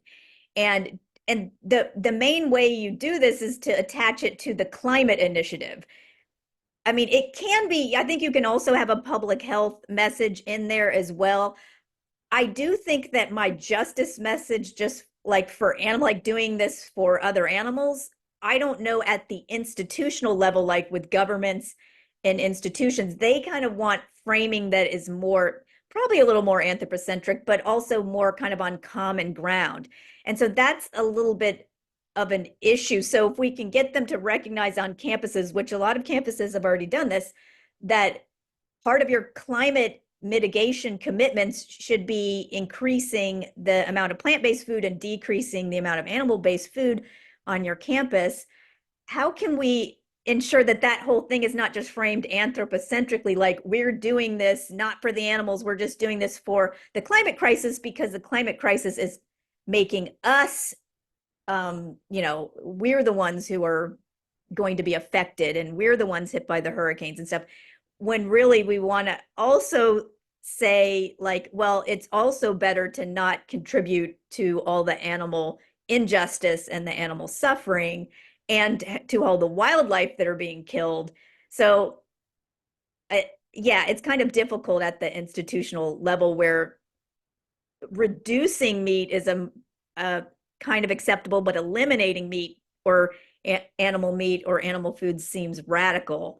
But if you're doing it kind of for the climate crisis, that seems acceptable. But if you're trying to say it's because it's not fair to eat animals, other people would be like, well, hang on, I don't know if I agree with that. Which I think gets at, Kyle, we talked about the fact that you might have a conference or at some point talking about how this is part of a larger progressive movement. We need to get progressives to understand that the way we treat other animals and the animal rights movement and like all of this is part of progressive politics. Because even on a campus, I mean, it's just amazing to me that there's dead animals at like my faculty meetings and stuff. Like, that's ridiculous. Okay, I'll stop ranting for a minute in case You're somebody not wants ranting. to add something. You're incredibly insightful, and your analyses of how we ought to be framing these issues are also deeply useful. I'm learning a lot from the presentation. We do have this one comment. Somebody says the answer is on all fronts. We need to keep proactive with all of our endeavors, as well as stopping things from those who are at the demise of our planet and other species, including our own. And then somebody did ask this question: do we need teams of psychologists to speak with people to change the brainwashing we've received? Yeah, I have to say, I do love, even though I'm not a social scientist and I see myself more in the humanities, I do draw upon social psych research, and I really do find it fascinating. Because another thing that's also kind of cool about social psych research is they kind of find that we are very social animals, and that as much as we think we're such individual rationalists, we tend to do most things because other people do them. And so I actually like to say that it's almost like we always think that we're above this notion that we are just instinctual and it's all these other animal species that aren't making individual decisions. It's like, no, actually the psychologists are saying we do the same thing. So it's good to admit that. So like, yeah, I like Melanie Joy's work, and I think it's very important to bring in the psychological or the cognitive dissonance issues that we face around yeah, around why we're not willing to stop eating animals, which I did find that Pax Fauna study interesting, that some people were saying like they just feel they can't make a difference. So that's a psychological, that gets to that self-efficacy. If you're framing something and they might agree it's a problem and that things are bad and they see how your solution makes sense, not to eat animals, but they just think, well, it's such a big thing. I'm not going to, what's the point of me making some radical change in my life that's difficult or seems difficult? But if we say like, look, we're all trying to evolve together, like that's why like our university is moving away from animal products, that at least makes you feel like it's part of tapping into that notion of belonging, and that, also that things you're doing are meaningful. Um, and it seems more hopeful too. So, because we get frustrated as animal activists, like, don't you feel like you're just, there's billions of people. Are we supposed to convince each person? Like, that's what I feel like I've been doing for like 30 years, and it's really exhausting. And so I really am trying to like, no, let's get the politicians. Like, I've been writing Kamala Harris. It's like, okay, where's your wildlife policy? Like, and what are you going to do with factory farming and all of this? So, and especially since there's so many factory farms located in the Midwest, although I mean, I do problematize all farming, but I was just looking at a map, and the Midwest definitely, especially Iowa, has so many of the most intensive farms that there are things we can do kind of at our state level and in a political realm to say we don't want this anymore in our area, and we're going to work together to get rid of it, and then to make plant-based foods that are culturally appropriate, that people like, make them available in our communities. So again, so that we address some of those social issues of making sure people don't feel isolated, because I'm sure a lot of us have felt that way. Like maybe we were the only person that went vegan, and then we feel like we're constantly having to defend it against everybody. I mean, I don't really have to do that much anymore, but like earlier, especially in the 90s, it was just constant. So, so yeah, it could be exhausting. Thank you so much, Carrie. Since you value the Q&A session so much, I'm going to let you have one more question. Try to answer it in just a minute or two if you Okay. can, so we can try to stay on schedule. And that question is as follows. I have read that the term global warming was changed to climate change by a right-leaning think tank to water down the issue and make it sound more natural. Should we be using global warming more often? Very good. That is true, what you're saying. I think I sometimes use global warming, even though that's kind of an older term, because that is the basis of the problem, is the warming of the planet. But it also can sometimes confuse people if it gets more extremely cold, or you have floods or something that doesn't necessarily equate to the notion of warming. So I don't think it's wrong to talk about the climate change. I was in this one book where they required me as a contributor to say climate crisis and not climate change. And actually, since then, that's what I tend to say is like the climate crisis, because and that we need climate action, and we're looking for climate stability, and so, and it's not just through the fossil fuel, like going to clean energy, but also kind of clean eating through plant-based eating and helping to repopulate the planet with wildlife. So I think we can kind of reframe these things. I constantly talk in my work about the climate crisis and the extinction crisis. I bring that up at kind of the entry to any paper of mine, almost like kind of starts that way, because I think those are the two biggest issues, the fact that we're killing off so many animals and that we're heating up the planet. And those things are linked. One thing kind of leads to the other. And then our food is part of that climate crisis, but it can be a huge part of the climate action, the solution. Absolutely. Thank you so very much, Carrie, for giving Yeah. such an insightful presentation. Thank you to Everyone, everybody who's here and for your group. And I love how your group has the word freedom in it. That's unique. And I'm like, I think more of us should use that word. Certainly Kamala Harris is endorsing it. I didn't even have a full-fledged analysis for why we should use the word freedom Okay, in our name, well, you but should it just just tell felt everybody you right. thought deeply about it and came to that, because I think it is like, yeah, to say animal justice or, like there was that campaign, fair about being vegan is fair, or be fair, be vegan, or something like that. There was a campaign like that. And I thought, yes, that's exactly what veganism is about. It's about being fair and ultimately promoting animal freedom. So that's great. Yes. I actually made a list of about 20 names for our organization 6 years ago. One of them was Animal Justice League, and I didn't do a comprehensive analysis, but the concept of animal freedom was just so intrinsically appealing that They I sound didn't even like need to do a heroes. full-fledged analysis. It sounded right. It does. People like freedom fighters, and that's what we are. Yeah. Absolutely. Well, everyone, please put words of affirmation, words of thanks into Thank the you. comments for Carrie. And we are going to advance to our next speaker, Jonathan Dickstein. Jonathan Dickstein is assistant professor at the Arihanta Institute and visiting assistant professor at Claremont School of Theology.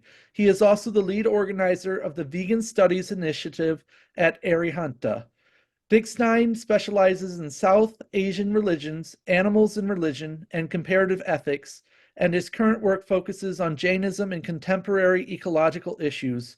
Dickstein has published in a wide array of interdisciplinary journals on topics such as veganism and politics, yoga and diet, Jain veganism, and the ethic of nonviolence. Today, he will give a presentation titled Consumption Beyond Veganism. He premises this speech as follows. In recent decades, the environmental benefits of a plant-based food system have become as prominent in vegan messaging as the traditional focus on animal rights. Therefore, shouldn't we be considering other systems of production and consumption and their impact on climate change, even if nominally vegan? In this talk, Dickstein discusses the Jain ethic of non-accumulation, aparigraha, in tandem with the mainstream vegan value of minimizing harm. He uses examples from fast fashion, plastic recycling, and air travel to illustrate how we can change our lives for the better on the individual, community, and global levels. Please welcome Jonathan Dickstein to the stage. Thank you so much, Kyle, for that wonderful introduction. And thanks to Lee and Carrie for great presentations prior to mine. I also want to thank, they're not here, but Hope Bohanec, who actually is one of my colleagues at Arihanta Institute, who connected me with Project Animal Freedom and this event. So I'm thankful to them and everyone else that's here. I'm going to load my presentation.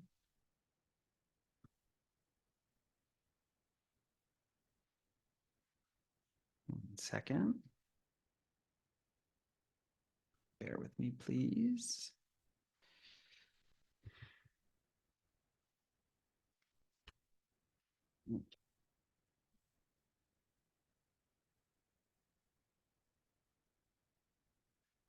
Okay, so I think my presentation is slightly different than some of the others. It's covering different topics beyond veganism, and also cluing folks into the work I currently do, where I work, and how we also approach advocacy, vegan advocacy, animal advocacy, and other forms of ways to instigate norm changes for individual change, societal change, and global health. And I think that's really been a theme of some of the talks today, and also a theme of animal advocacy and vegan advocacy of the past several decades, which is shifting norms. How do we actually change so we actually have allies, like general mass allies in ballot initiatives, policy measures, when there's activists? How do we make a kind of society more aligned with the values of this movement? And education is a key, and many people here are educators committed to that cause. And I really thank all of them and all of you in the work you do towards that end. Oops. So today's topics, I'm going to give you a little introduction to Arihanta Institute and myself. I'm going to talk about our Vegan Studies Initiative, which I think is wonderful and right up the alley of many folks here. I'm going to give a little background into Jainism, just because it's very crucial to understand how much actually of veganism, animal rights, vegetarianism that then became veganism has been informed by South Asian ethics and specifically Jain ethics, even if you are not familiar with this ancient tradition. We'll talk a little bit about nonviolence and the emergence of Jain veganism. So this is actually transitions from vegetarianism to veganism in Jain communities, specifically outside of India. And then kind of that's all like a lead up to what I want to discuss, which is consumption concerns beyond veganism. Many of the talks, as I'll mention here, and many of other talks, what they do over at Climate Healers, for example, is the presentations are a lot about how awful animal-based food systems are. And as Lee expertly showed in their keynote, there's just a wealth, a deluge of data that just overdetermines this point. So what about beyond that? And so I'm going to give an example of another Jain ethic that's part of this ethic of nonviolence that's about non-accumulation. We might call this minimalism. We could also call it kind of degrowth on a global level, a GDP level. But in early Jainism, this is called aparigraha, or non-accumulation. And I give examples of ways in which, if we're concerned about actually having our actions align with our values, there are many things beyond veganism that contribute to global health, environmental health, social justice, and so forth. So, as Kyle mentioned, I am a professor at Arihanta Institute. This is a Jain Studies Institute, and I also teach at Claremont School of Theology in Southern California. Most of my work for the past over 10 years has been dedicated to looking at ethics, so Western philosophical ethics, and ethics in kind of South Asian traditions or Indian philosophy, and how it relates to animals, food, diet, killing, domestication, social justice, and a host of other issues. And so while some things I'll be talking about are specific to Jainism or come in a kind of packaging sometimes of Jainism, I myself am not Jain, say religiously affiliated, but there are certain values that we share. And there are lots of good reasons to kind of look towards Jainism as almost these kind of original animal-centric ethical practitioners, at least in terms of a community on this planet. And there's good reasons to look at those insights and see how individuals have lived then and now, and how that might inform some of our own paths forward. So just, yeah, some background. I was at University of California, Santa Barbara. There's wonderful people in the UC system working on animals and veganism. And so if you have interests, you can look up other research I've done that's specifically on yoga and diet, Jainism and diet and veganism, and also a few papers actually on similar to what Carrie was talking about, which is how do we use certain language to describe veganism or animal rights, speciesism, anthropocentrism, because like our other speakers, I actually do think words matter and have effects. And sometimes, like in the case of global warming, climate change, and so on, it's hard to go back.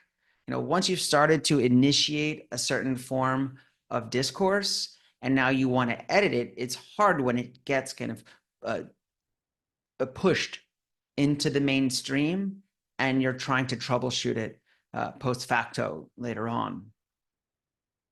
So Arihanta Institute is an online Jain Studies Institute. You can kind of search the name. You'll find a lot of our resources online.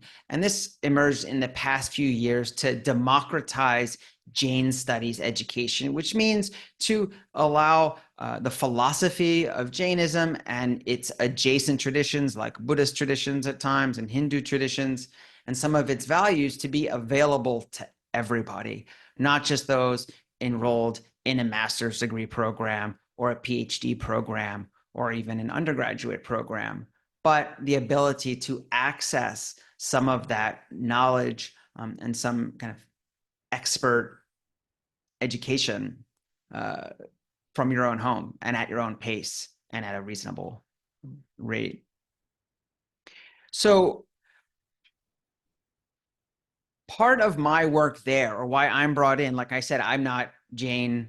Obviously, it's not my cultural background. It's not something that I say I identify with, but I have shared values, is that I work at Arihanta because we both share the values of nonviolence and compassion, and also what I describe as a vegan horizon. So I initiated a vegan studies initiative at Arihanta, which is an online program focused on promoting and enacting veganism as an expression of multi-species nonviolence. And the point here was that when I say that we had a shared vegan horizon, it's that we believe in nonviolence and compassion, and we also share that the future, no matter how we get there and how we might squabble about the means to get there, the campaigns, the slogans, the actions, the political pressure, we actually believe that the horizon point is a vegan world, a world in which animals are not being used and exploited for human purposes. So as part of this initiative, we have 4 aspects. There's graduate level academic training, there's live and self-paced online learning courses, which I think are critical for building community and educating ourselves, public conferences and speaker events, and global partnerships with aligned organizations. So just to run through these, I'm not going to spend much time, but I do think, just like when we share other resources, it's critical to know what's out there.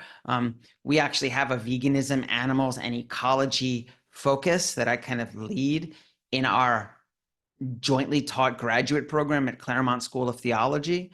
So we have individuals coming in, learning a master's degree program and able to focus on vegan studies, as it were, which is pretty tremendous at the graduate level.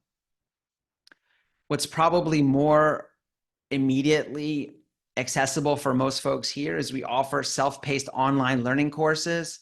I think I even recognize some of the people in this conference, but others joined us for Vasile Stanescu's course on debunking the myth of sustainable and humane animal agriculture. And this is exactly about the misinformation campaign. And Dr. Stanescu has spent 15 years, if not more, studying precisely this issue. And so these are classes you can take at any time. They're self-paced, meaning they're yours forever, though we do offer live components. And so I think this is crucial. This is what it's about, kind of quote unquote, arming yourself, equipping yourself with the information and the knowledge to go out into the world, whether it's talking to your friends and family, your community, or kind of instigating other forms of systemic change. And I will, at the kind of end of this talk, I will drop some links in the comments. But just to let you know, we have a course coming up on global food systems that launches on October 7th with Dr. Jan Dutkiewicz. You might know Dr. Dutkiewicz from their many posts over at Vox and The Guardian and the Wall Street Journal on new meat technologies, but also food systems. And just like a quick plug, I'm offering or just presenting a code here that if you put the code in VSI, that should be VSI 100. So I'll add that later. VSI 100 for this class, that's normally $25. It will be $0 for everybody on this call. So I will drop that later. That shouldn't be VSI 00, but VSI 100. And some other folks that some of you might know from the movement, Christopher Sebastian McJetters will be doing a course for us in 2025. Also, Jonina Terzi and Sarah Saluzzo from Lancaster Farm Sanctuary, and also Katie Gillespie is giving a course on American dairy farming. So just keep your eyes out. And this is amazing ways to learn more about the disinformation campaign, building a better world, and building a more just world. Also, we have conferences and speaker events. Renan LaRue's coming on the 21st to talk about animals, anthropocentrism, vegetarianism in the ancient West. This is a free public event. Also, another way to learn about the Euro-American philosophical heritage that brought us to carnism, that brought us to anthropocentrism, that brought us to speciesism. And then also, we have a roundtable coming up on what? On movement building with Monica Chen from New Roots, Courtney Dillard from MFA, Eva Hamer from Pax Fauna, and Leila Kassam, co-founder of Animal Think Tank. So I'm just dropping all these here and front loading to say, like, this is actually part of advocacy. You could even say activism that we're doing at Arihanta for animal futures, for example. So keep this in mind, and I will kind of link these at the end of my talk as we're moving on. So some folks on this call might be thinking, like, Jain Studies Institute, Jainism, like, I understand nonviolence. Maybe I know it from Mahatma Gandhi, or I know it from Martin Luther King. But Jainism, I don't really know. Buddhism, I've heard of. So just a very quick run through of some kind of Jainism 101 facts. So Jainism is an ancient religious and philosophical tradition of ancient India. And its historical origin is approximately around the same time of the Buddha, in the 6th to 5th century BCE. Both early Buddhism and early Jainism were inspired, or were in part a shared renouncer culture who inspired many others to do the same.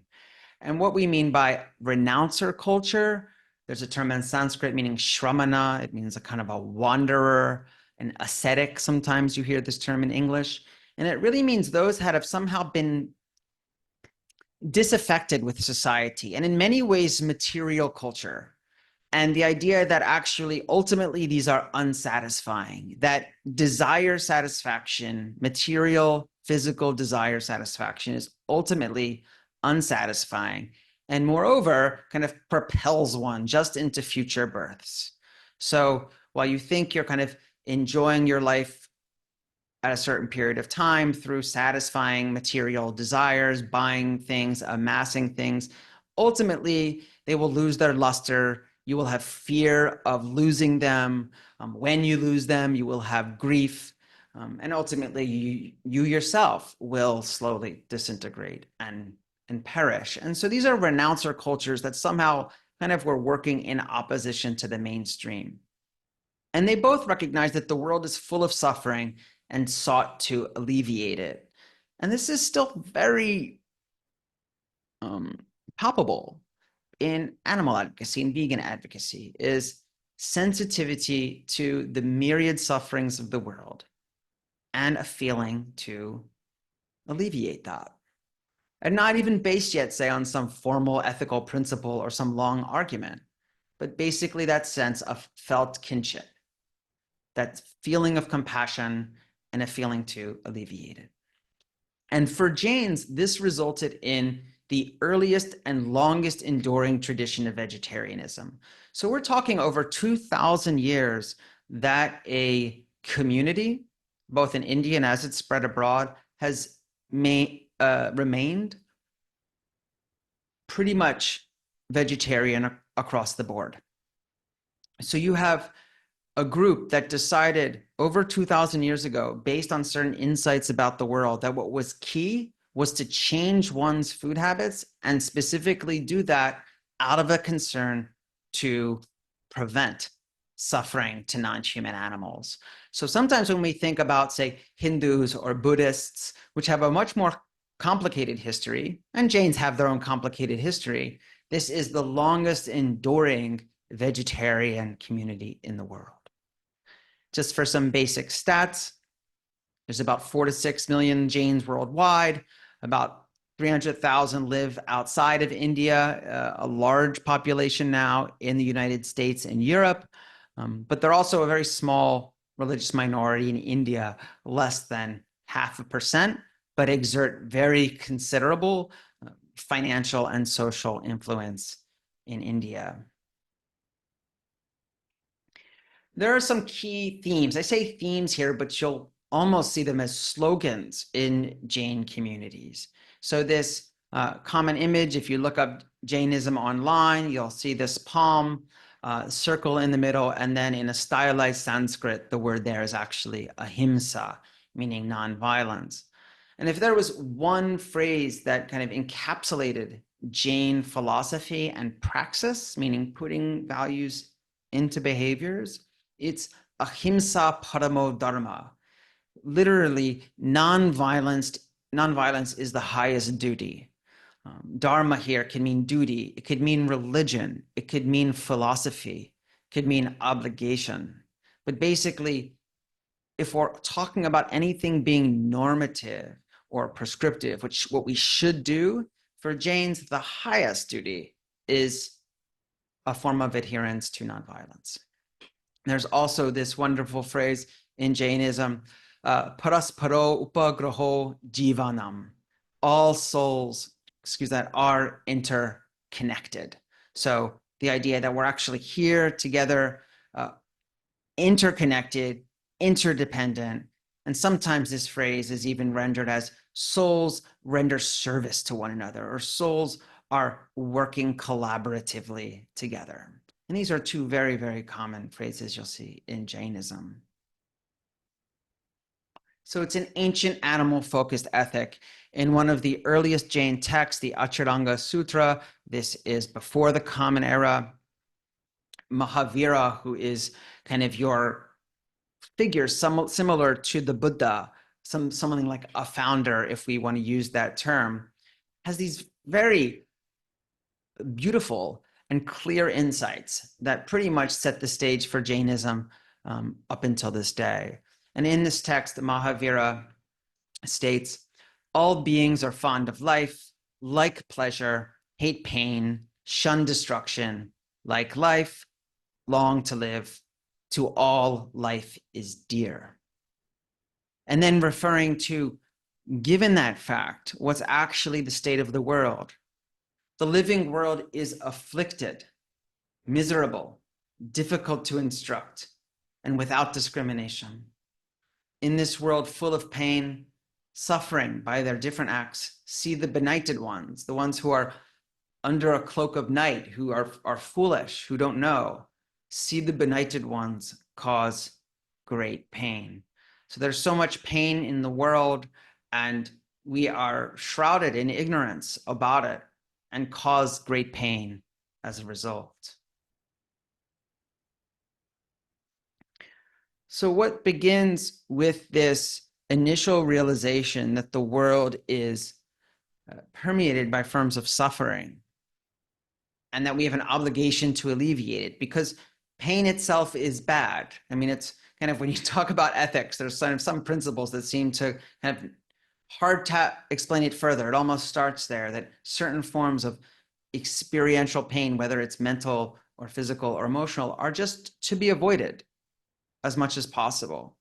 And that first generates this ethic of ahimsa, and for Jains, that also meant vegetarianism.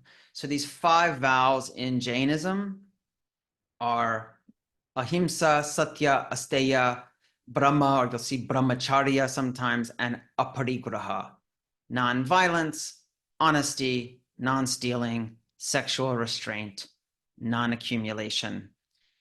You will see variations of these in early Buddhist traditions and also in yoga traditions. There's so many yoga practitioners around the world today, and many times yoga instructors will talk about what are known as yamas, or restraints in yoga, and they are the exact same 5 that you found much earlier in the Jain tradition. Interestingly, in Jain texts, they talk about the threefold text of nonviolence. And I think this is going to be relevant later when I talk about environmental impacts of other non-vegan consumption patterns. And they say in these early texts that there's a threefold test for nonviolence or for violence, right? One, if you perform acts of harm yourself, called krita, causing others to perform acts of harm on one's behalf, or karita. I sometimes refer to this as a mercenarial relationship to violence, where you hire other people to do the work for you, such as in the case of not killing animals yourself, but paying someone money to kill or buy or serve animals. It's kind of a mercenarial relationship to violence. And interesting, there's this phrase anumata in Jainism, which is consenting to acts of harm being performed in one's presence or vicinity, which is fascinating, which is this sense that almost we have a duty to intervene, right? Just like when we talk about racism, it's not enough to be not racist, to be anti-racist is to intervene. And we can see how this understanding of nonviolence might propel one to engage in forms of advocacy or protest or other forms beyond just abstentions in their individual consumption patterns. Now, fascinatingly, historically, Jains have been strict vegetarians, but large consumers of dairy. And this, in recent times, has become a bit of a controversy within the community, especially among young Jains living in Europe and in the United States who've become more exposed to Peter Singer, to Tom Reagan, to feminist care ethics, to the environmental movement. And they're starting to revisit these dairy practices within their community, both in the sense that looking at how contemporary dairy production is vastly different than anything that existed in ancient India centuries or millennia ago, or even today in many parts of India. But also the idea basically of, well, isn't dairy extraction itself a form of violence?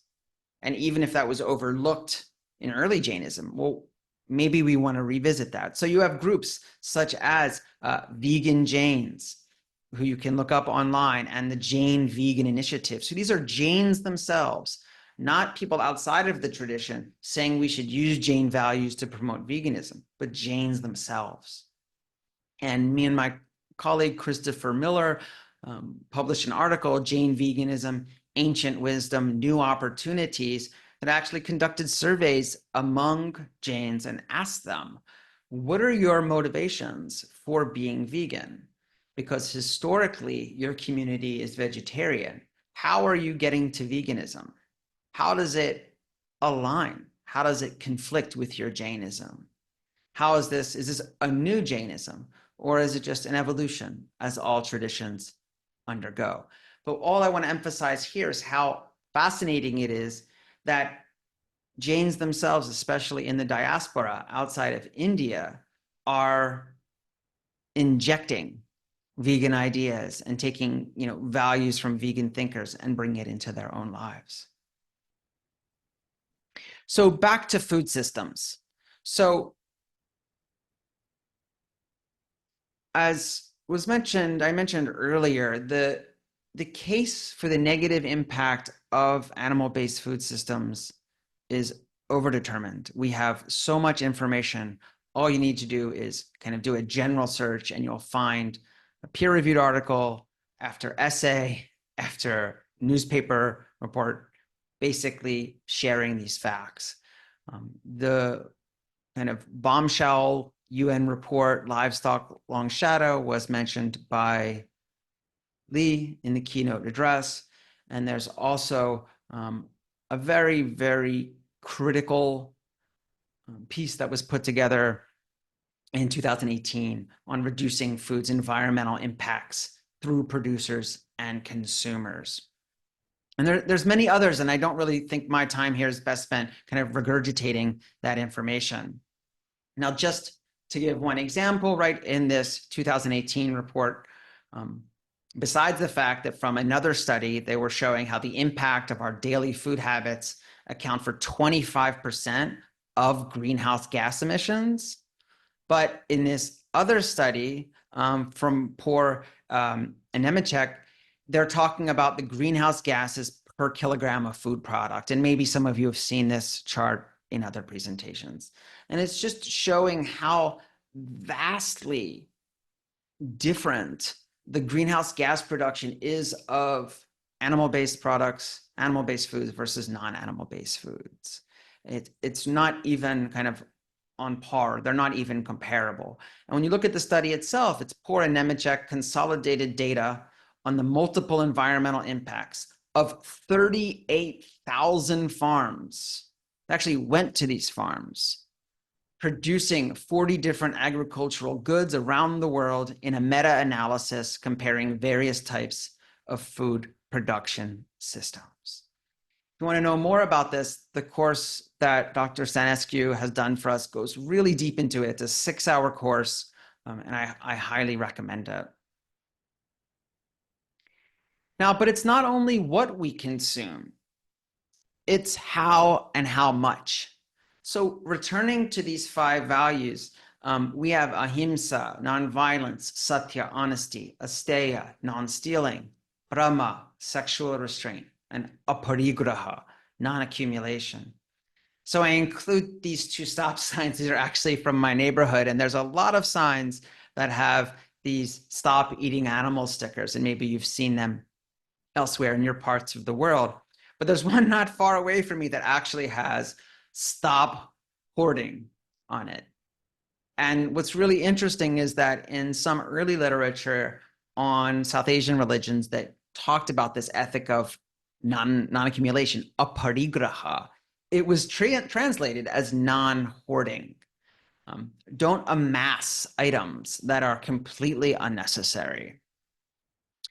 So the term at other times has been translated as non-accumulation. That's how I've said it so far. Sometimes you'll see it rendered as non-possessiveness or non-attachment, which is a much more complicated kind of philosophical question about whether it refers to the actual amassing of items, purchasing of items, or one's psychological relationship to them. But I'm pretty convinced that early on, for numerous reasons in Jainism, the term really meant about accumulating items, right? There's this common phrase, right, that the things you own end up owning you, right? You end up becoming responsive to them. And that's not even talking about their environmental impact. It's really just talking about a relationship to desire, loss, satisfaction, and happiness, and so on. So there was the assertion that overaccumulation is a form of harm, or it's as a form of harm. And actually, when you study these original traditions, and I'm really talking outside of Jainism, ahimsa, nonviolence, is kind of the general category, and all of these other forms, stealing, lying, certain forms of sexual activity, and accumulation, were viewed as forms of violence. They're just given kind of sub names to the ways in which you might not think about lying as a form of harm or violence. These traditions certainly understood it as such. And I think with goods consumption, it's very clear.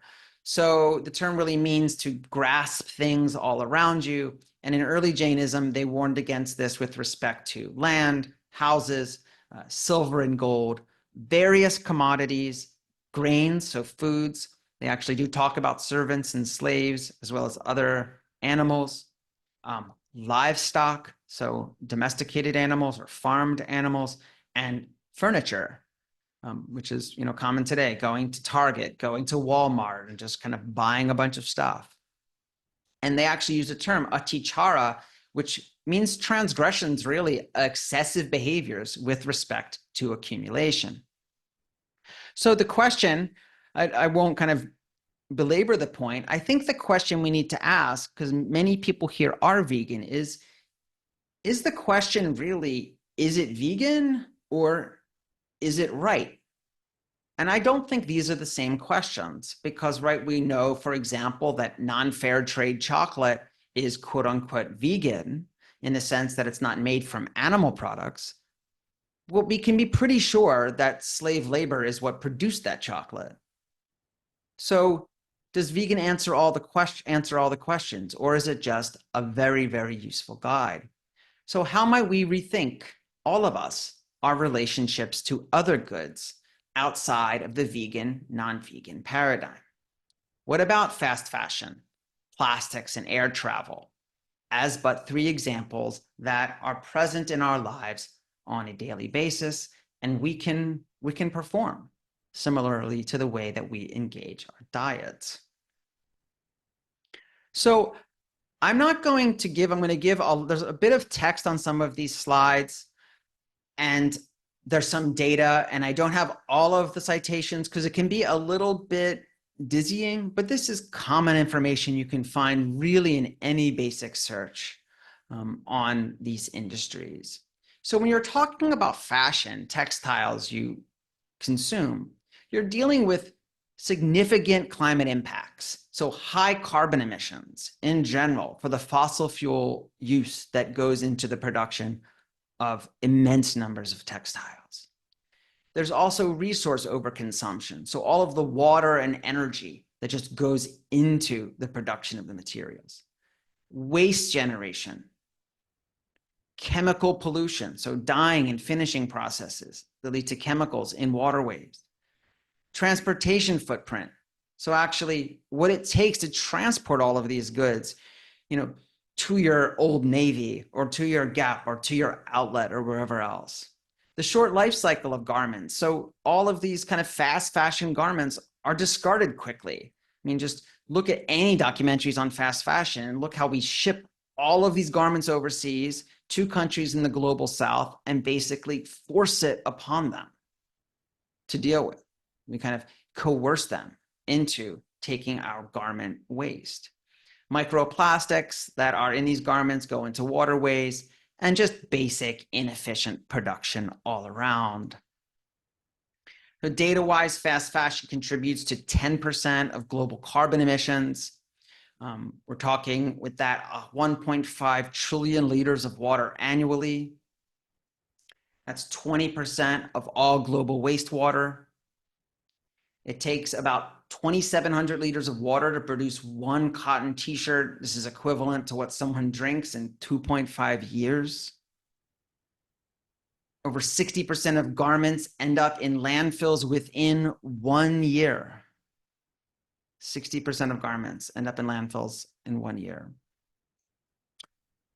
The industry is responsible for 82 million metric tons of waste each year. The average American throws away 70 pounds of clothing and other textiles annually. By 2030, so this is 6 years, the fashion industry is projected to use 35% more land for cultivation and 115% more water to meet consumer demand. Wages, almost all of the brands don't pay a living wage. Many folks earn just a few dollars a day. This is especially visible in Bangladesh, which has a $95 a month kind of wage. Also, just to stay on the topic of Bangladesh, many of you know about the Rana Plaza collapse maybe in 2013, which was also about safety in these very poor factories, exploiting laborers, cutting corners, and in that case led to over 1,000 deaths. Working hours are abusive, child labor is practiced, and there's a basic gender inequality where women are 80% of the workforce, often facing lower wages, harassment, and lack of benefits. And remember, these are usually, right, not kind of, say, Bangladeshi companies themselves, but other corporations going to these countries for kind of less regulation and being able to drive down costs to increase profit margins. Now, shifting to plastics, we have in 2021, the world produced about 390 million metric tons of plastic. As of 2023, only about 9% of all plastic ever produced has been recycled. I'm going to repeat that again. As of 2023, only about 9% of all plastic ever produced has ever been recycled. Approximately 12% has been incinerated, and around 79% has accumulated in landfills, dumps, or the environment. If you'll permit me a kind of tangent for a moment, this is why this notion of recycling or conscientious consumerism or conscientious capitalism will fail ultimately, in the sense that recycling is still a massive resource heavy industry.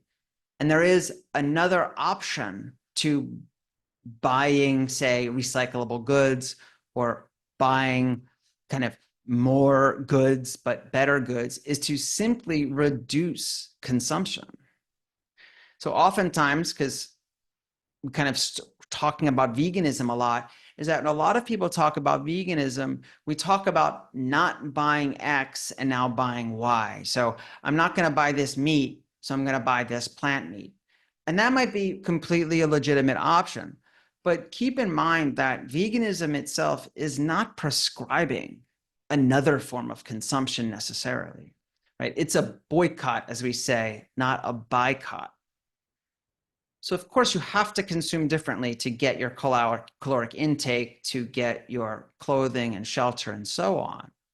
But it's not as if vegan accumulation is ethical accumulation purely on the fact of being vegan, or that buying recyclable goods is ethical when there's an option to simply not contribute to these massive wasteful industries. And these are just a few.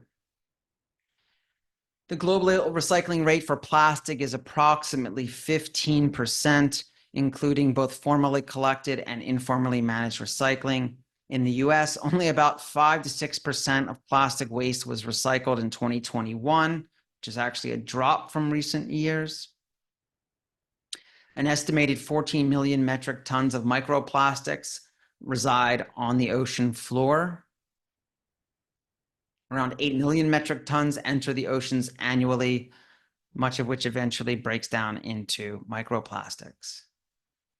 And in Science, they stated that an estimated 11 billion plastic items are entangled in coral reefs across the Asia-Pacific region alone, which just shows to how much a lot of these garments, textiles, and also just plastics end up in waterways and poses a threat pretty much on every front to extant marine life, to the health of the ocean, and how we know that impacts climate health overall.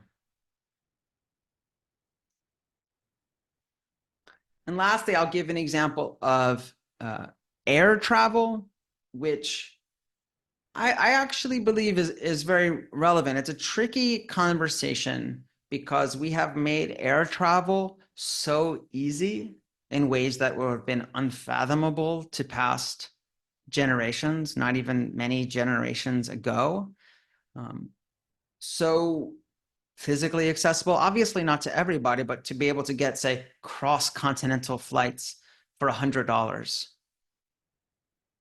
And it's now expected for us to show up in certain ways, whether it's by air, but also, say, by car, by individual car transport and so on, which is another topic about, say, single driver vehicles. But just as one example, one round trip flight from the US to Europe, from JFK in New York to Zurich in Switzerland, has a climate impact of over 30,000 kg of CO2.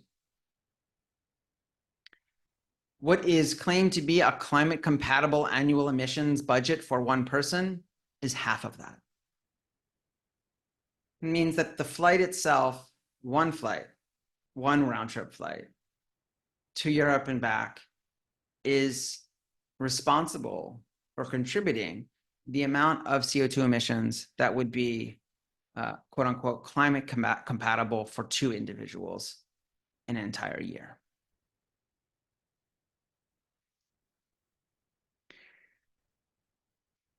Air travel accounts for about 2.5% of global CO2 emissions, but it contributes to about 3.5% to climate change when including non-CO2 effects, just contrails and other effects. The aviation industry emitted about 915 million tons of CO2 in 2019. Similarly, right, is another slightly less, but a round-trip flight from New York to London generates about 1.6 tons of CO2, similar to the annual emissions of an average person in India. Short flights emit 70% more than long-haul flights due to higher fuel consumption during takeoff and landing. Air travel's full climate impact is about 2.3 times greater than CO2 emissions alone, mainly due to contrails and other pollutants. If current trends continue, aviation emissions could account for up to 22% of global CO2 emissions by 2050, especially if there are no significant technological advancements or policy measures implemented to curb emissions.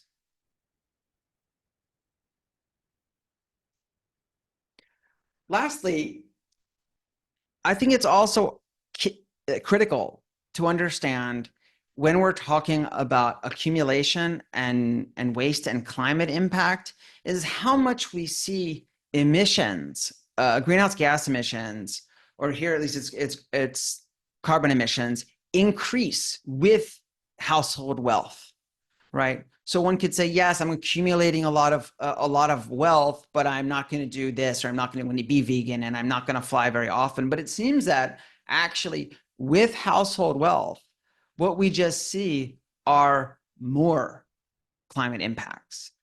So we could also speculate, or at least think about, or have a conversation about how much increased wealth changes one's perspective to consumption and accumulation. What kind of, say, comforts do you start to enjoy that require more resource consumption that you are less willing to give up at a later point? Which is not to say a kind of, say, forced austerity, but it is key to understand how much that we allow the massive accumulation of wealth. And this isn't just billionaires. We see a lot, there shouldn't be billionaires, but billionaires is an unbelievably kind of tiny percentage of individuals. But what about multimillionaires? How much is that only unjust for other social justice issues, but how much does it just lend to greater consumption habits, more climate impacts, and so on?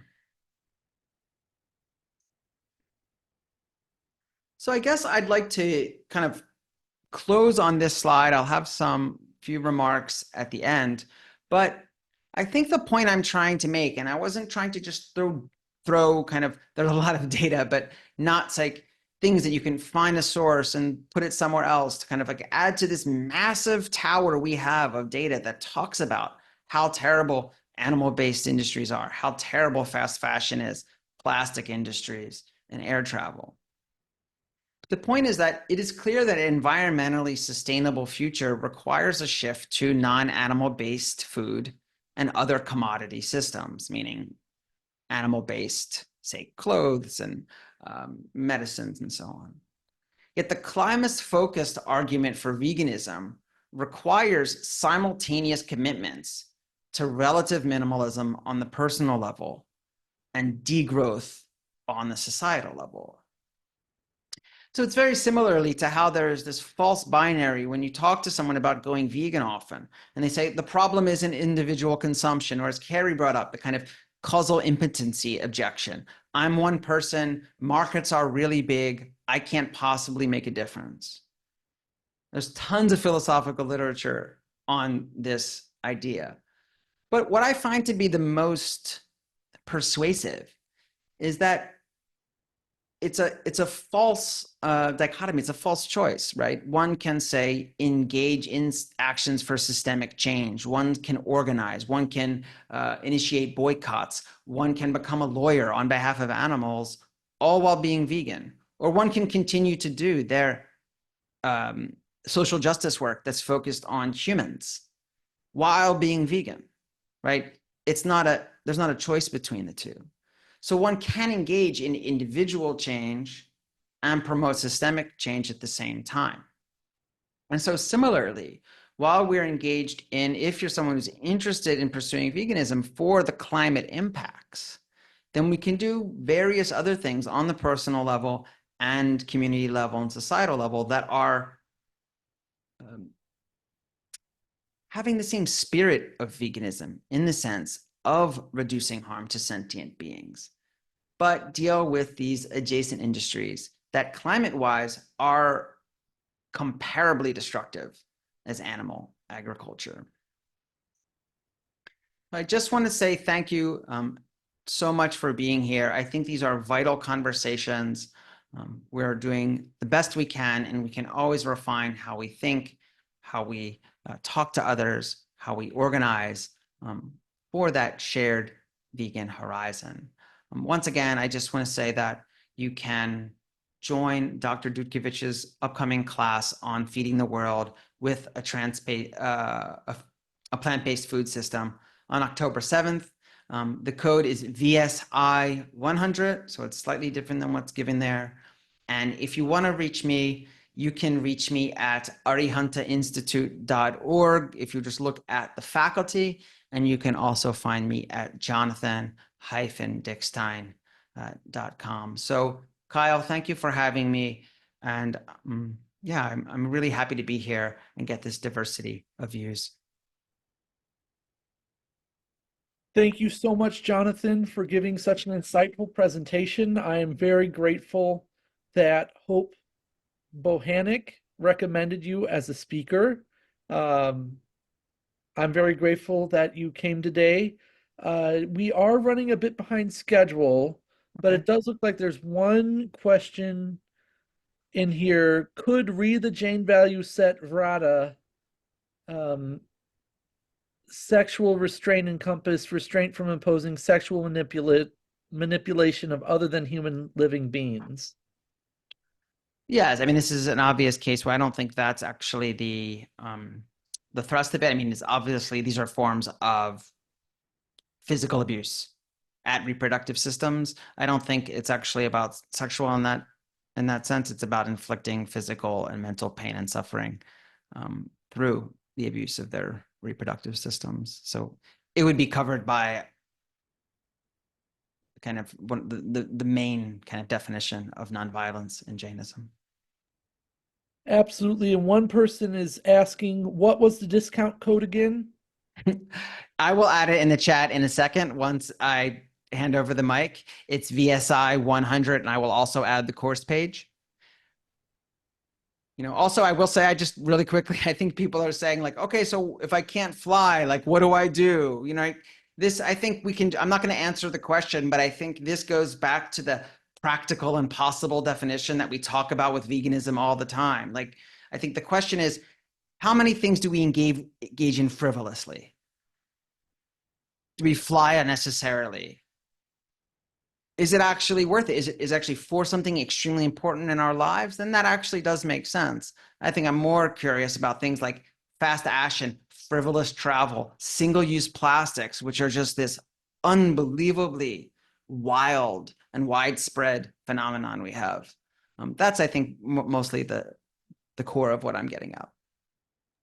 I'm particularly astonished by just how environmentally harmful fast fashion is, and just how grim the reality is when it comes to plastic usage and recycling. Thank you for expanding our minds and showing us that there are significant ways to decrease our burden on the planet by modifying other aspects of our lives beyond just going vegan. So everyone give a round of applause to Jonathan. Please leave him some positive comments in the chat. Let him know how you liked his talk. And we are going to advance now to our final speaker of the day, Meg Kelly. Meg Kelly is an advocate for veganic gardening and farming. In 2008, she co-founded the Veganic Agriculture Network to promote organic food production that uses fully plant-based fertilizers without any animal byproducts. She also teaches the Learn Veganic online gardening course to empower people around the world to grow their own fruits and veggies at home using sustainable vegan techniques. And Meg is organizing the upcoming Veganic Summit, a free online event about veganic gardening and farming happening from November 8th through 10th of this year. Meg has been gardening veganically for 15 years in backyards, on balconies, and in the countryside, and encourages everyone to garden to help improve food security in their communities, regenerate soils, capture carbon, and provide habitat for free-living animals. Today, Meg will give an elucidative talk titled Veganic Growing, Creating Fully Plant-Based Food Systems, which she previews as follows. Animal agriculture is causing significant environmental damage, though the transition to plant-based food systems involves more than switching what's on our plates. We also need to change how we grow our vegetables. Plant foods are often fertilized with animal byproducts. To move away from animal agriculture, we need to adopt veganic farming and gardening practices. And we can all take the first step by growing veganically in our own backyards and communities to increase our food autonomy and green our neighborhoods. Without further ado, please welcome Meg to the stage. Hi there. Thanks, Kyle, for having me. Thank you, everybody, for all of your wonderful talks today. While you've been speaking, I've been out in my garden harvesting veganic potatoes and tomatoes and squash, and now I have a lot of veganically grown veggies to eat for dinner. So yeah, it's been a joy listening to all of you while making a fully vegan dinner that was even grown using vegan techniques. So I'm just going to pop up my presentation here. So today we're going to be talking about how to create fully plant-based food systems. And I'm just going to make sure I can see my presentation well. There we go. Everything's good. So we're going to be speaking about how we can grow food using fully plant-based techniques without involving animal agriculture anywhere in the process. So we're going to explore how we can essentially move away from animal agriculture and create a new type of food system that is fully vegan from start to finish. So my name is Meg Kelly, and I co-founded the Veganic Agriculture Network back in 2008. I also teach the Learn Veganic online gardening course where we empower people to grow food veganically at home. And I'm also organizing the upcoming Veganic Summit, which is happening from November 8th to 10th. So animal agriculture has major ethical and environmental impacts, as many of the speakers today have already mentioned.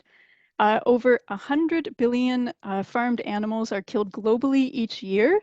And this has quite a number of impacts. One sec, I'm going to, all right, now I can see my whole slide. This is even better. So this has quite a number of impacts, including inefficient land use. The amount of land that is used to raise 100 billion farmed animals a year is absolutely enormous. As Lee already mentioned, this leads to significant loss of wildlife and wild areas. The greenhouse gas emissions, while there might be some debate about the numbers, are incredibly significant.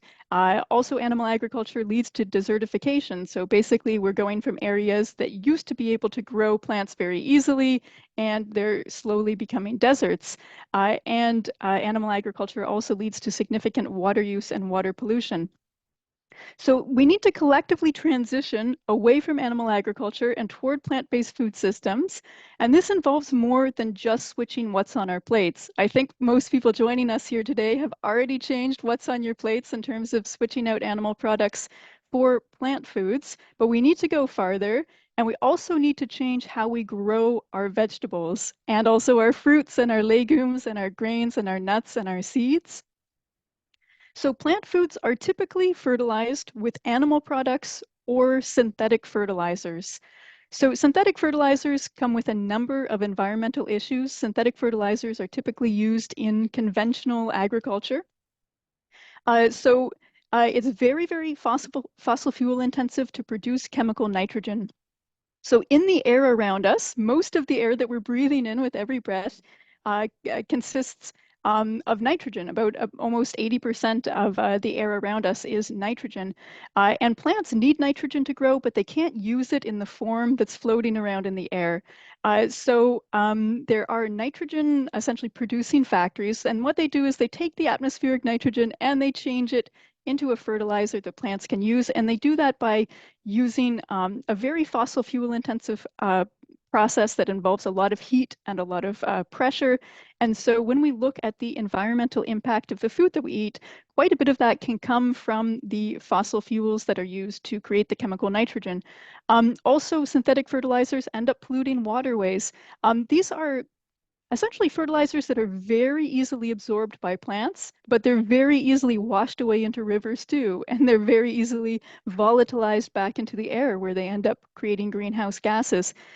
So this can, for example, end up causing over-fertilization of waterways, which can lead to algal blooms. That can cut out the amount of oxygen in the water, which can lead to die-offs of fish and other aquatic life. So there's also animal-based fertilizers that are very frequently used. These are often used in conventional agriculture alongside chemical fertilizers, and animal-based fertilizers are frequently used in organic agriculture. So even the organic fruits and veggies that we buy are very often fertilized with things like slaughterhouse byproducts, even from standard factory farms. Oftentimes those products can still be used as fertilizer on organic farms. It's a bit of a loophole in terms of very non-organic things ending up fertilizing organic veggies. So the slaughterhouse byproducts that are used as fertilizer can include blood meal, which is exactly what it sounds like. It's just blood that's being dried down, bone meal, feather meal. There's animal-based fertilizers that are essentially the byproducts of animal farms, like chicken manure and sheep manure and cow manure and so on. And then there are also a lot of remnants from the fishing industry that are used as fertilizer, like fish meal and crab meal and shrimp meal and things like that. And one thing that's interesting is even if you go to an agricultural center or a garden center and you buy something that might be called compost, that could actually still contain a lot of these products that have just been composted down. So sometimes compost might be composted shrimp residue and things like that. So even if we hear certain words like compost that we assume are plant-based, they may still be animal-based. So again, this is used in organic agriculture and conventional agriculture. So animal-based fertilizer comes with a bunch of problems. Again, we've got the issue of polluted waterways with runoff from the fertilizer. There's also certain greenhouse gases that will end up going back into the air from animal-based fertilizers. As we know, just the life cycle of animal agriculture has such a huge environmental impact from the greenhouse gas emissions from ruminants like cows, for example, or the land and water use. So again, if we're using animal-based fertilizers, this is being tied back to all of the environmental impacts that are intrinsic in animal agriculture. Animal-based fertilizers also fund animal agriculture. If somebody goes and buys a big bag of blood meal or bone meal, that is funding animal agriculture quite directly. And the production of plant foods ends up becoming bound up with the ethical and environmental problems of animal agriculture. So we really want to move away from that. Another thing is that the prevalence of animal-based fertilizers leads to a false perception that animals are necessary to produce fruits and veggies, especially in organic growing. So right now there's just this enormous excess of animal-based products that are available, like blood meal and bone meal, because meat eating is so enormous that these are just kind of the byproducts that are left over. And so because they're so available, they're very commonly used. And because they're very commonly used, we end up with those false perceptions that this is the way it needs to be, much in the way that people have these false equivalencies between meat and protein or calcium and dairy. Well, people have these false equivalencies where they think that, you need cow manure in order to get nitrogen and things like that. So I like to go back to the idea that animals do not produce nutrients. So much in the same way that you can get your own calcium in your body by eating plants directly instead of having calcium that transited through a cow and then ended up in the milk. Well, in the exact same way, we really, really don't need domesticated animals in the system in order to get nutrients to our plants. So basically, animals consume nutrients. So in this case, for example, if a cow consumes some hay and there's a bunch of nitrogen and phosphorus and potassium and other materials in that hay, that's just going to transit through the cow and the cow is going to poo some of it out. So basically, the manure is just hay that got broken down and actually has less nutrients in it now because the cow used some of the nutrients. So basically, we just need to come back to this fundamental idea that animals do not produce. They're just getting nutrients from plants directly, and the plants got those nutrients from the air and from the soil and from the rocks in the ground. Yeah, we can just cut animals out of the process and go from plants straight to plants. The way that animal agriculture, sorry, the way that rather our plant foods are typically grown is that there's typically a plant input to begin with, like hay or really nutrient-rich plants like clover and alfalfa, or things like soybean meal that might be fed to animals in our industrial agriculture system, like cows and sheep and chickens.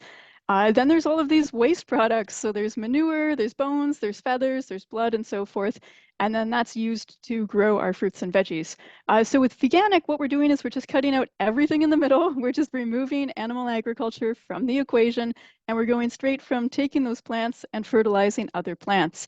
Now, it is important for those plants to be digested down in some way or another to make the nutrients available to the new plants that are growing.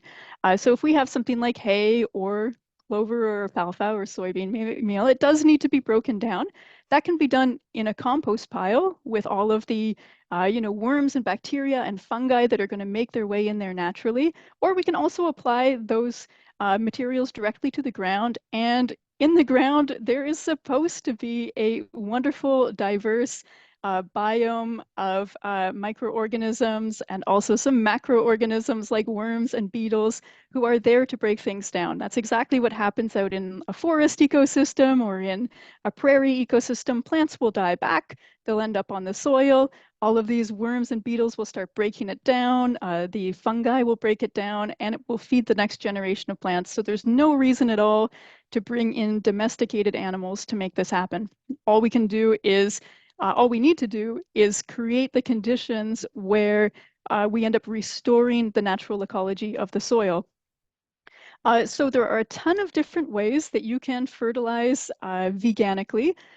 Here's about 20 of them. We won't go through all of them in detail here, but I do just want to mention that there's not just one way to do veganic growing. There are tons of different ways you can do it. And that's one thing I love about it, because we can all look at what are the resources we have around us. What do we have access to? How much time and effort do we want to put into it? And we can find solutions that can work for us with our situation. So if you're interested in exploring these various ways to fertilize veganically in a bit more detail, we do have a free 8-page guide to 20 veganic materials to boost fertility in your plant-based garden, where we actually give 2 or 3 sentences about each of them so you can understand them a bit better. And on the last page, we show which ones are better at building soil, which ones are more nitrogen rich for leafy greens, which ones are more phosphorus rich for nice fruiting of your plants and things like that. So you can go check that out. You can get it for free at learnveganic.com/materials. And the main principles of veganic growing are that we don't want to have any animal-based fertilizers or chemical inputs or pesticides or herbicides. As much as possible, we really prioritize making our own plant-based fertilizer and even growing nutrient-rich plants that we can turn into fertilizer instead of relying on inputs. Because when we buy stuff in, usually there's something going on in the background that we're not necessarily in agreement with. As an example, if I buy plant-based fertilizer, well, maybe that plant-based fertilizer was actually grown with chemicals or with animal byproducts. So for people who are just starting out, buying plant-based fertilizers is sometimes the way to go, because Of course, I'd rather buy alfalfa meal or soybean meal compared to buying blood meal or bone meal. It's still a big step in the right direction, but we can go even farther as we become more skilled, where we can actually grow our own plant-based fertilizers, where we're making use of the nutrients that are already in the soil, or reclaiming resources that are in our neighborhoods, like the leaves that other people are throwing out, which are actually quite good sources of minerals for our gardens and for farms too. Yeah, we try as much as possible to become quite self-reliant in terms of fertility. And we also encourage soil life to make sure that the soil is acting in as natural a way as possible. And we provide habitat for wildlife, because our gardens and our farms are not just for us. It can also be a way in which we can either rewild a section, or create rows of flowers to attract native pollinators and so forth. So we also want to make sure that the areas that we're growing will end up helping to bring back biodiversity. So I'm going to show you a few examples of veganic growing from around the world. You can check out the interactive farm map for North America on goveganic.net. This is a cool map that was made by Professor Mona Seymour, who was doing a research project about veganic farms and put them on this nice little interactive map. In Europe, there's the vegan-farming.org, which has an interactive farm map for Europe and the UK. So some of them are certified farms, some of them are kind of self-declared farms, but if you are based on that continent, that's a great one to look at. And one thing that's super exciting is that more recently, the Vegan Organic Network in England created the Vegan Organic World Map, and you can find that at vaughanmap.uk. And the thing that's cool about this one is that anybody can join the map. So if you're a veganic gardener, you can join. If you're a veganic farmer, or if you have a veganic community project or a veganic business or anything like that, you can put yourself on the map. So far, a lot of people from England have joined, but we need to have thousands of people in North America joining too. So I'd really encourage you. And they've recently added that even if you just support the idea of veganic, you can join the map, because we need to have more and more voices to show that there is that there are people who want veganic food available. There are people who are interested in seeing this transition come about, who would be interested in buying veganic food. So you can put yourself on the map at vaughanmap.uk. It just takes a few minutes. And so I'll show you a few farms. There's one called La Ferme de l'Aube, which is in Quebec in Canada, and it's run by farmer Jimmy Videlli and Melanie. And they have been growing there on about an acre for quite a number of years now. Jimmy actually started out growing in non-veganic ways and made that transition over to veganic about 10 years ago. And they also produce seeds veganically. Jimmy is the author of the Veganic Grower's Handbook, which is a lovely book that introduces some of the practicalities as we go through the season in terms of how to grow veganically, especially on a small farm scale and self-sufficiency scale, but it can also be appropriate for gardeners too. And he co-founded the North American Certified Veganic Program, which is a program where farms or even people who have self-sufficiency projects could become certified to kind of show some solidarity with the cause. There's Helen Athow, who is in the United States. Helen has done some amazing work. She has a master's in horticulture. She really concentrates on growing plant-based fertilizer right in the field. So here we can see we have a crop here, a cruciferous veggie, maybe that might be broccoli. Next to it, these other rows that we see here, that's actually her fertilizer. She's growing things like clover, which is super nutrient rich. She's going to mow that down and use it as the fertilizer for those plants. So again, we can create these really closed loop self-sufficient systems. And she's also very knowledgeable about orchards. So she grows tons of peaches and apples and pears and things like that too, using veganic techniques. And she's the author of The Ecological Farm, which is an awesome book, especially for people who are wanting to grow veganically on a farm scale while growing all of their own fertilizers. Also, big shout out to Tolhurst Organic, which is based in England. Ian Tolhurst has been doing this for about 50 years now. He's just been such a pioneer in this movement. He actually had very poor quality soil, very, very rocky, not particularly good for agriculture. He has built up the quality of his soil using entirely plant-based techniques. Even though other people say that's not possible, he has proved that it works really well. So he actually grows, again, all of his own fertilizers on site, or he maintains fertility by growing plants that he can feed back to the soil. And he sells all of his food locally and also has a lot of other environmental initiatives. And there was an analysis done of his farm about the carbon footprint that showed that they are 90% more efficient than supermarket produce. So if we're looking at how we can reduce the carbon footprint of the food that we eat, this is really the model to follow. Ian wrote the book Growing Green, wonderful book for someone who has several acres and is looking to imitate Ian's techniques by having crop rotations that involve a lot of green manures. And green manures are plants that we grow to feed back to the soil. So I know green manure sounds kind of gross, but there's no manure in it. It's just a word we use for plants we grow that we're going to feed back to the soil. And his farm is certified stock-free organic, which is stock-free is essentially a synonym for veganic. And so that's a certification program available in England. In Europe, there's another certification program called Biocyclic, and they have the Biocyclic Vegan Standard for vegan farms. So you can learn more about that at biocyclic-vegan.org.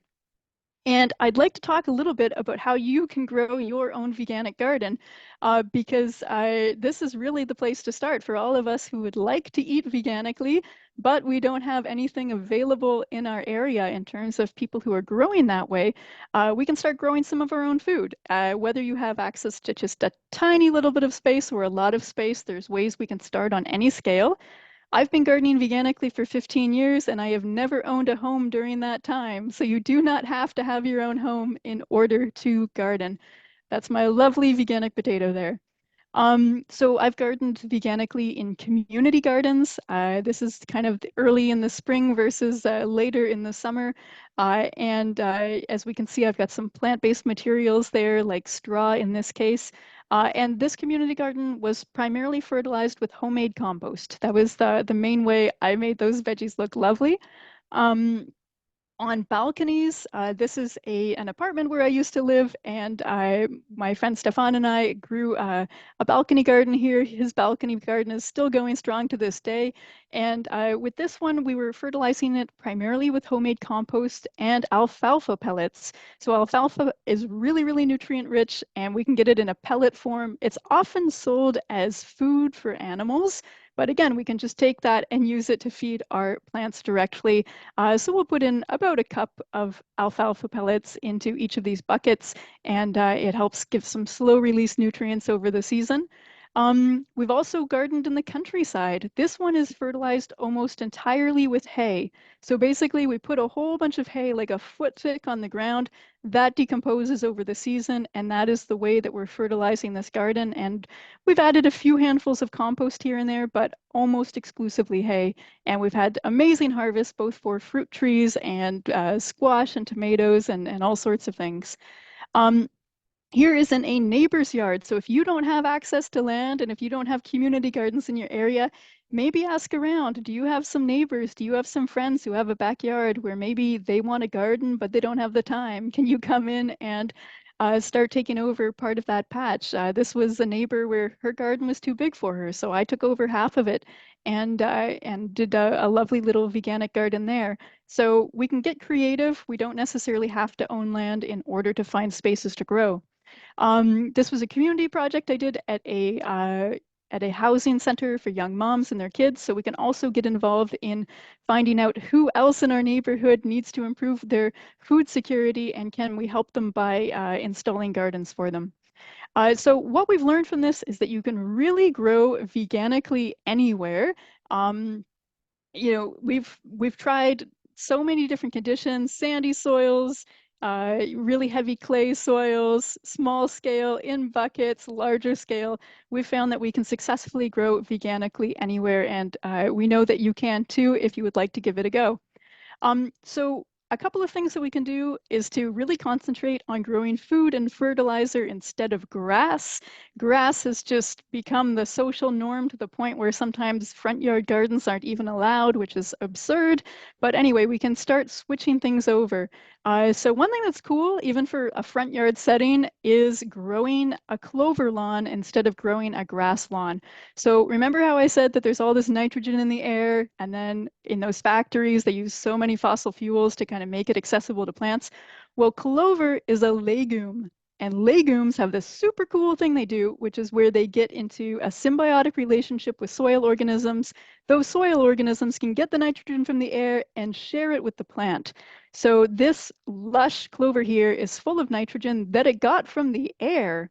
And basically at that point, if you cut down some of that clover, you could add it to your compost bin, or you could mix it in with the soil in your garden, or you could put it on the surface of the soil in your garden. And as it breaks down, it's going to provide your other plants with nitrogen.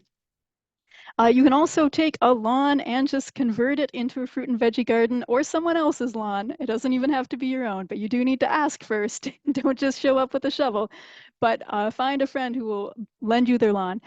This is Sarah, who joined us for the Learn Veganic course a few years ago. She took her lawn in Los Angeles and turned it into this awesome garden here. And in the backyard, she had all sorts of other stuff too. So again, we just need to normalize having food rather than having lawns. So these are some of Sarah's awesome harvests from what used to be a grass lawn. So just to show you a couple of ways we can grow veganically, we're going to just take a quick look at how we can make compost. This is one of the best things you can do. If you want to start gardening veganically, start making compost now. It's the perfect time, because if you start now, you're getting a head start, so it'll be ready later when you're actually ready to make a garden. And right now there are so many fall leaves available, and those fall leaves are an amazing resource to help you make compost. So it is the perfect time to start a compost pile. So plant-based nutrients are often trashed. Plant-based nutrients, you know, it took a lot of energy and resources to make it. And then we've got all of these veggie scraps that are left over. People throw them in the landfill. That really contributes to greenhouse gas emissions. When food scraps are buried in the landfill, they release methane, which is the same powerful greenhouse gas that that cows often emit from their digestive system. And when those nutrients are in the landfill, they are gone forever. We're never getting them back once they're mixed with all that garbage. So we can take things like food scraps, grass clippings, and leaves, and we can mix them together and make compost. And if you don't have enough materials, well, I bet you your local grocery store is throwing out tons of slightly off fruits and veggies every week. You can go and ask around at health food stores, grocery stores, see if you can take the stuff that they're going to be throwing out. So here's a simple compost recipe. There's tons of ways to make compost, but a really simple way is to take 1 part kitchen scraps or grass clippings and 2 parts fall leaves and mix them together. So if you put in a handful of kitchen scraps, add 2 handfuls of fall leaves. If you put in a bucket of grass clippings, add 2 buckets of fall leaves, and you're going to just mix them together. So it should be slightly moist, not dripping, not dry. You want to aerate it occasionally with a pitchfork or a stick, and it is eventually going to break down. Now, I need to emphasize here, if you just put food scraps in a pile, it's going to release methane, it's going to smell terrible, and it's not going to make compost. You need to add the leaves in. And if you don't have leaves, you can add straw, or you can add some wood chips or something like that, but you cannot just do food scraps. You need something like leaves. So the compost is ready for the garden when it looks like dirt. Here's some of my lovely veganic compost here. And it might take a few months, it might take a year or so, depends on your climate, depends on a few things, but just be patient. It'll make its way there and look like dirt eventually. You can compost in an open air pile if you'd like, but I like to put it in a bin. I get snow, much more practical to have a bin so I can keep adding stuff in the winter. It also keeps the rain from, it keeps the rain out, which means I'm not washing away my nutrients as much. And if you are in kind of an apartment, or if you want to make sure that, for example, rats or mice don't get in, you could use a tumbler compost, which is off the ground and it's easier to move. And this is a balcony compost. This is a bucket with some holes in it. The bottom is cut off. Around the outside here, you can grow some plants. Inside, you can do some composting. Obviously, you can't compost a lot in it, but you can do a little bit of compost there. And these plants in that ring are actually going to be fed directly by the compost juice during the garden season. And our friend here put this pot on top just to make it even more hidden so you can barely tell it's there. So you can just look for plant-based resources in your neighborhood. There are things like nutrient-rich plants like dandelions or nettles. There's things like tree trimmings from municipal tree cuttings, things like clover, which get nitrogen from the air, all of your food scraps. Leaves are amazing. They're really high in minerals that the tree's roots brought up from the bedrock. So just look for some of these resources, and honestly, you don't necessarily need to buy fertilizer. You can typically use what's available to you locally. We also really like to create habitat for our gardens.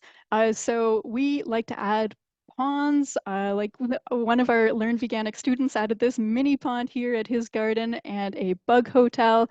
These are ways that we can help attract wildlife. We can help create habitat for wildlife, and they will typically make their way in when they see that this is a nice environment for them to be in.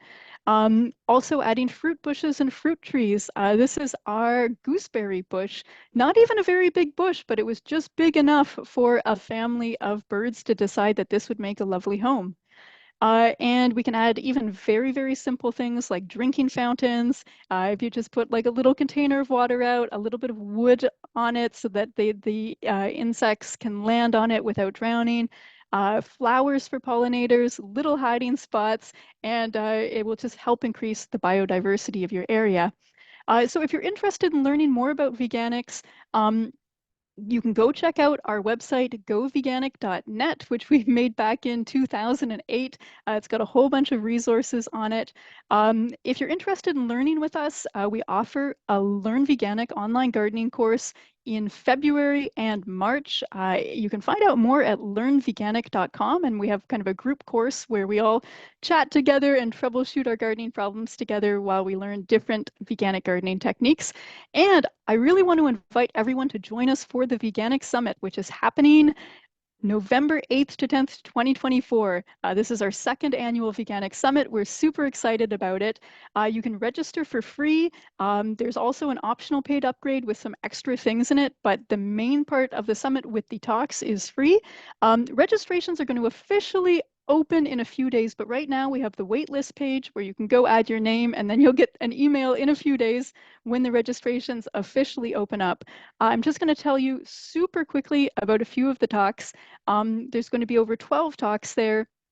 I'm going to be talking about how you can veganize your garden, whether you're starting your first garden or you're just trying to veganize or improve the one that you have.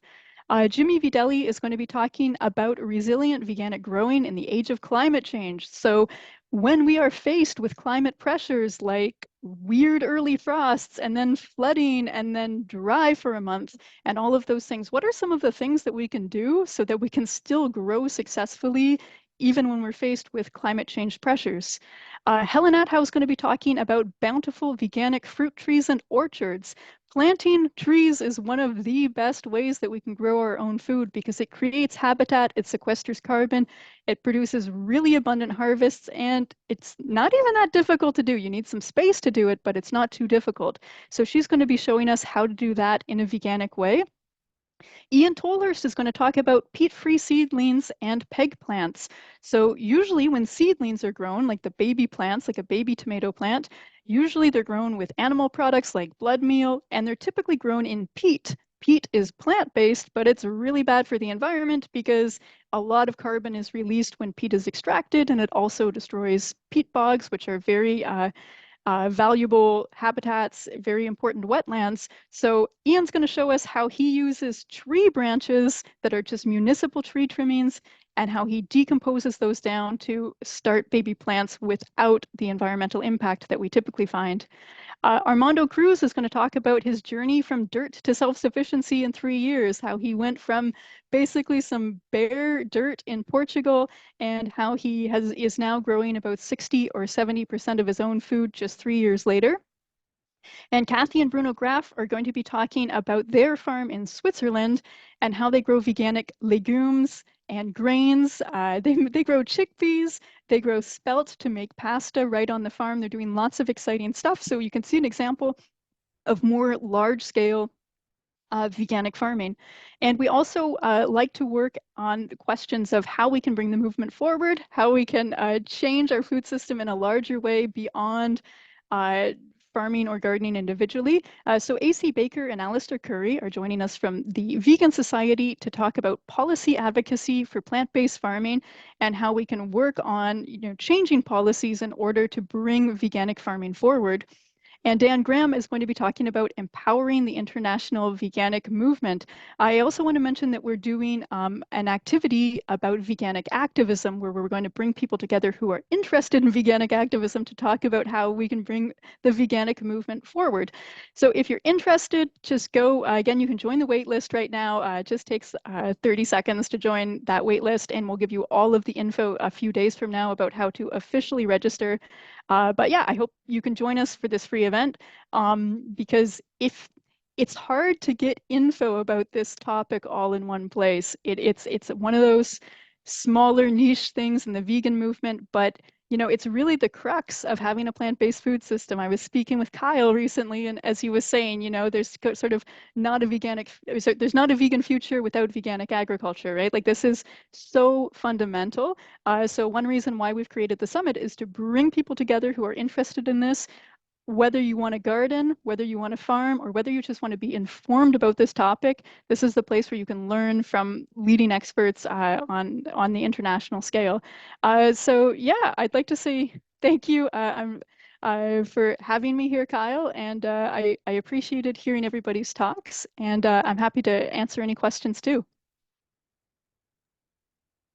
Thank you so much, Meg. Deeply informative as always. Always so exciting to talk about veganic agriculture. I would argue that the large majority of vegans don't even realize that veganic agriculture exists or understand the need for moving toward veganic agriculture.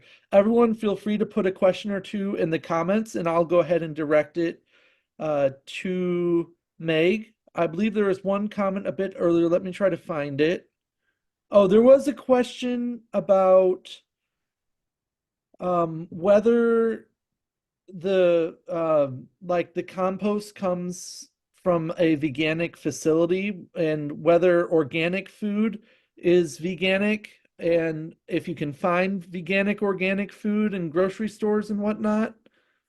Okay, so organic food usually isn't veganic. Organic food is usually grown with animal byproducts. It could be veganic. Sometimes it is, but usually it's not. Can you find veganic in grocery stores? Not yet, but I'd love to see it in the future. Usually right now, veganic tends to be available locally if you happen to have a local veganic farmer. So I know, Kyle, for you in St. Louis, Missouri, there's now a local veganic farmer. So you just went from not having veganic options to suddenly having veganic options because one person decided to start a farm. But there are occasionally places where things might be happening in grocery stores. Like I know in Germany, there are some stores that are carrying like biocyclic vegan certified beans and things like that, but it's few and far between.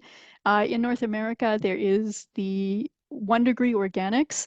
Not all of their products are actually vegan because some of them have honey in them, but any of their products that are vegan are also veganic. So you can look up 1 Degree Organics. I get oatmeal from them, but basically, I just ate veganic today, but it's because I grew it myself. I would say it's one of those things we have to recognize that as consumers right now, the options aren't available for us. But when we look at veganism, 40 years ago, tofu wasn't available in grocery stores. Organic food wasn't available in grocery stores. But now you can go to any grocery store and you can buy organic or you can buy vegan food.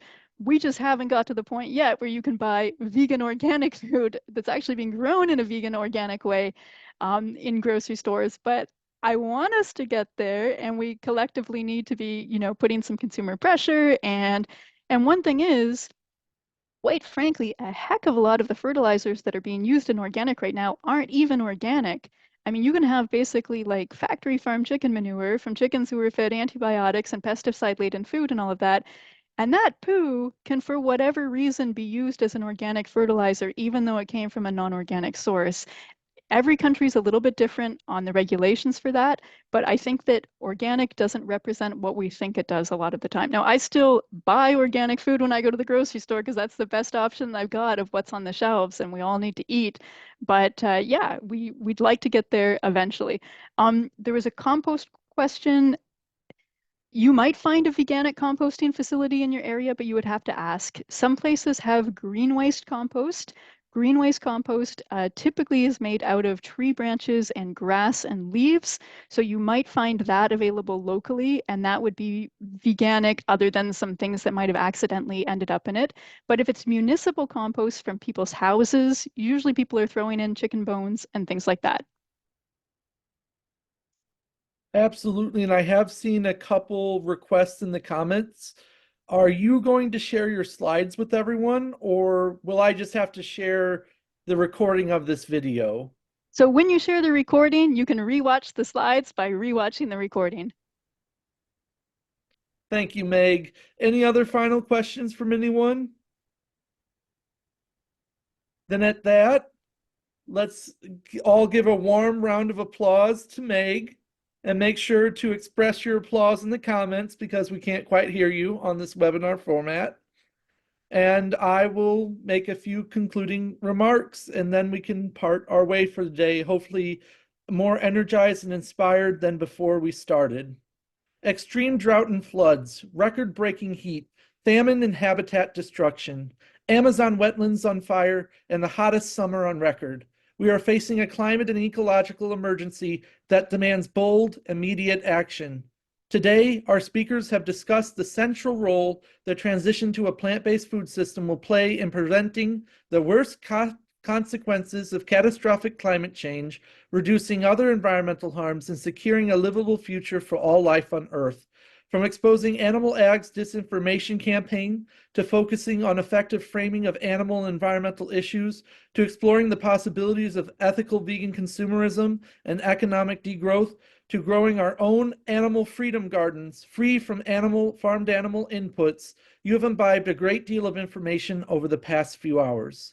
It is our sincere hope that you will find inspiration in this newfound information and feel renewed conviction to share this knowledge with others. We are indeed the first generation to truly feel the impacts of human aggravated climate change, and we are the last generation that can truly do something significant to stop it. Just remember, the surest way to change nothing is to do nothing. The surest way to change everything is to do everything you can. Thank you for joining us for our 4th annual Vegan Climate Summit, and good luck championing the vegan climate revolution over the coming year.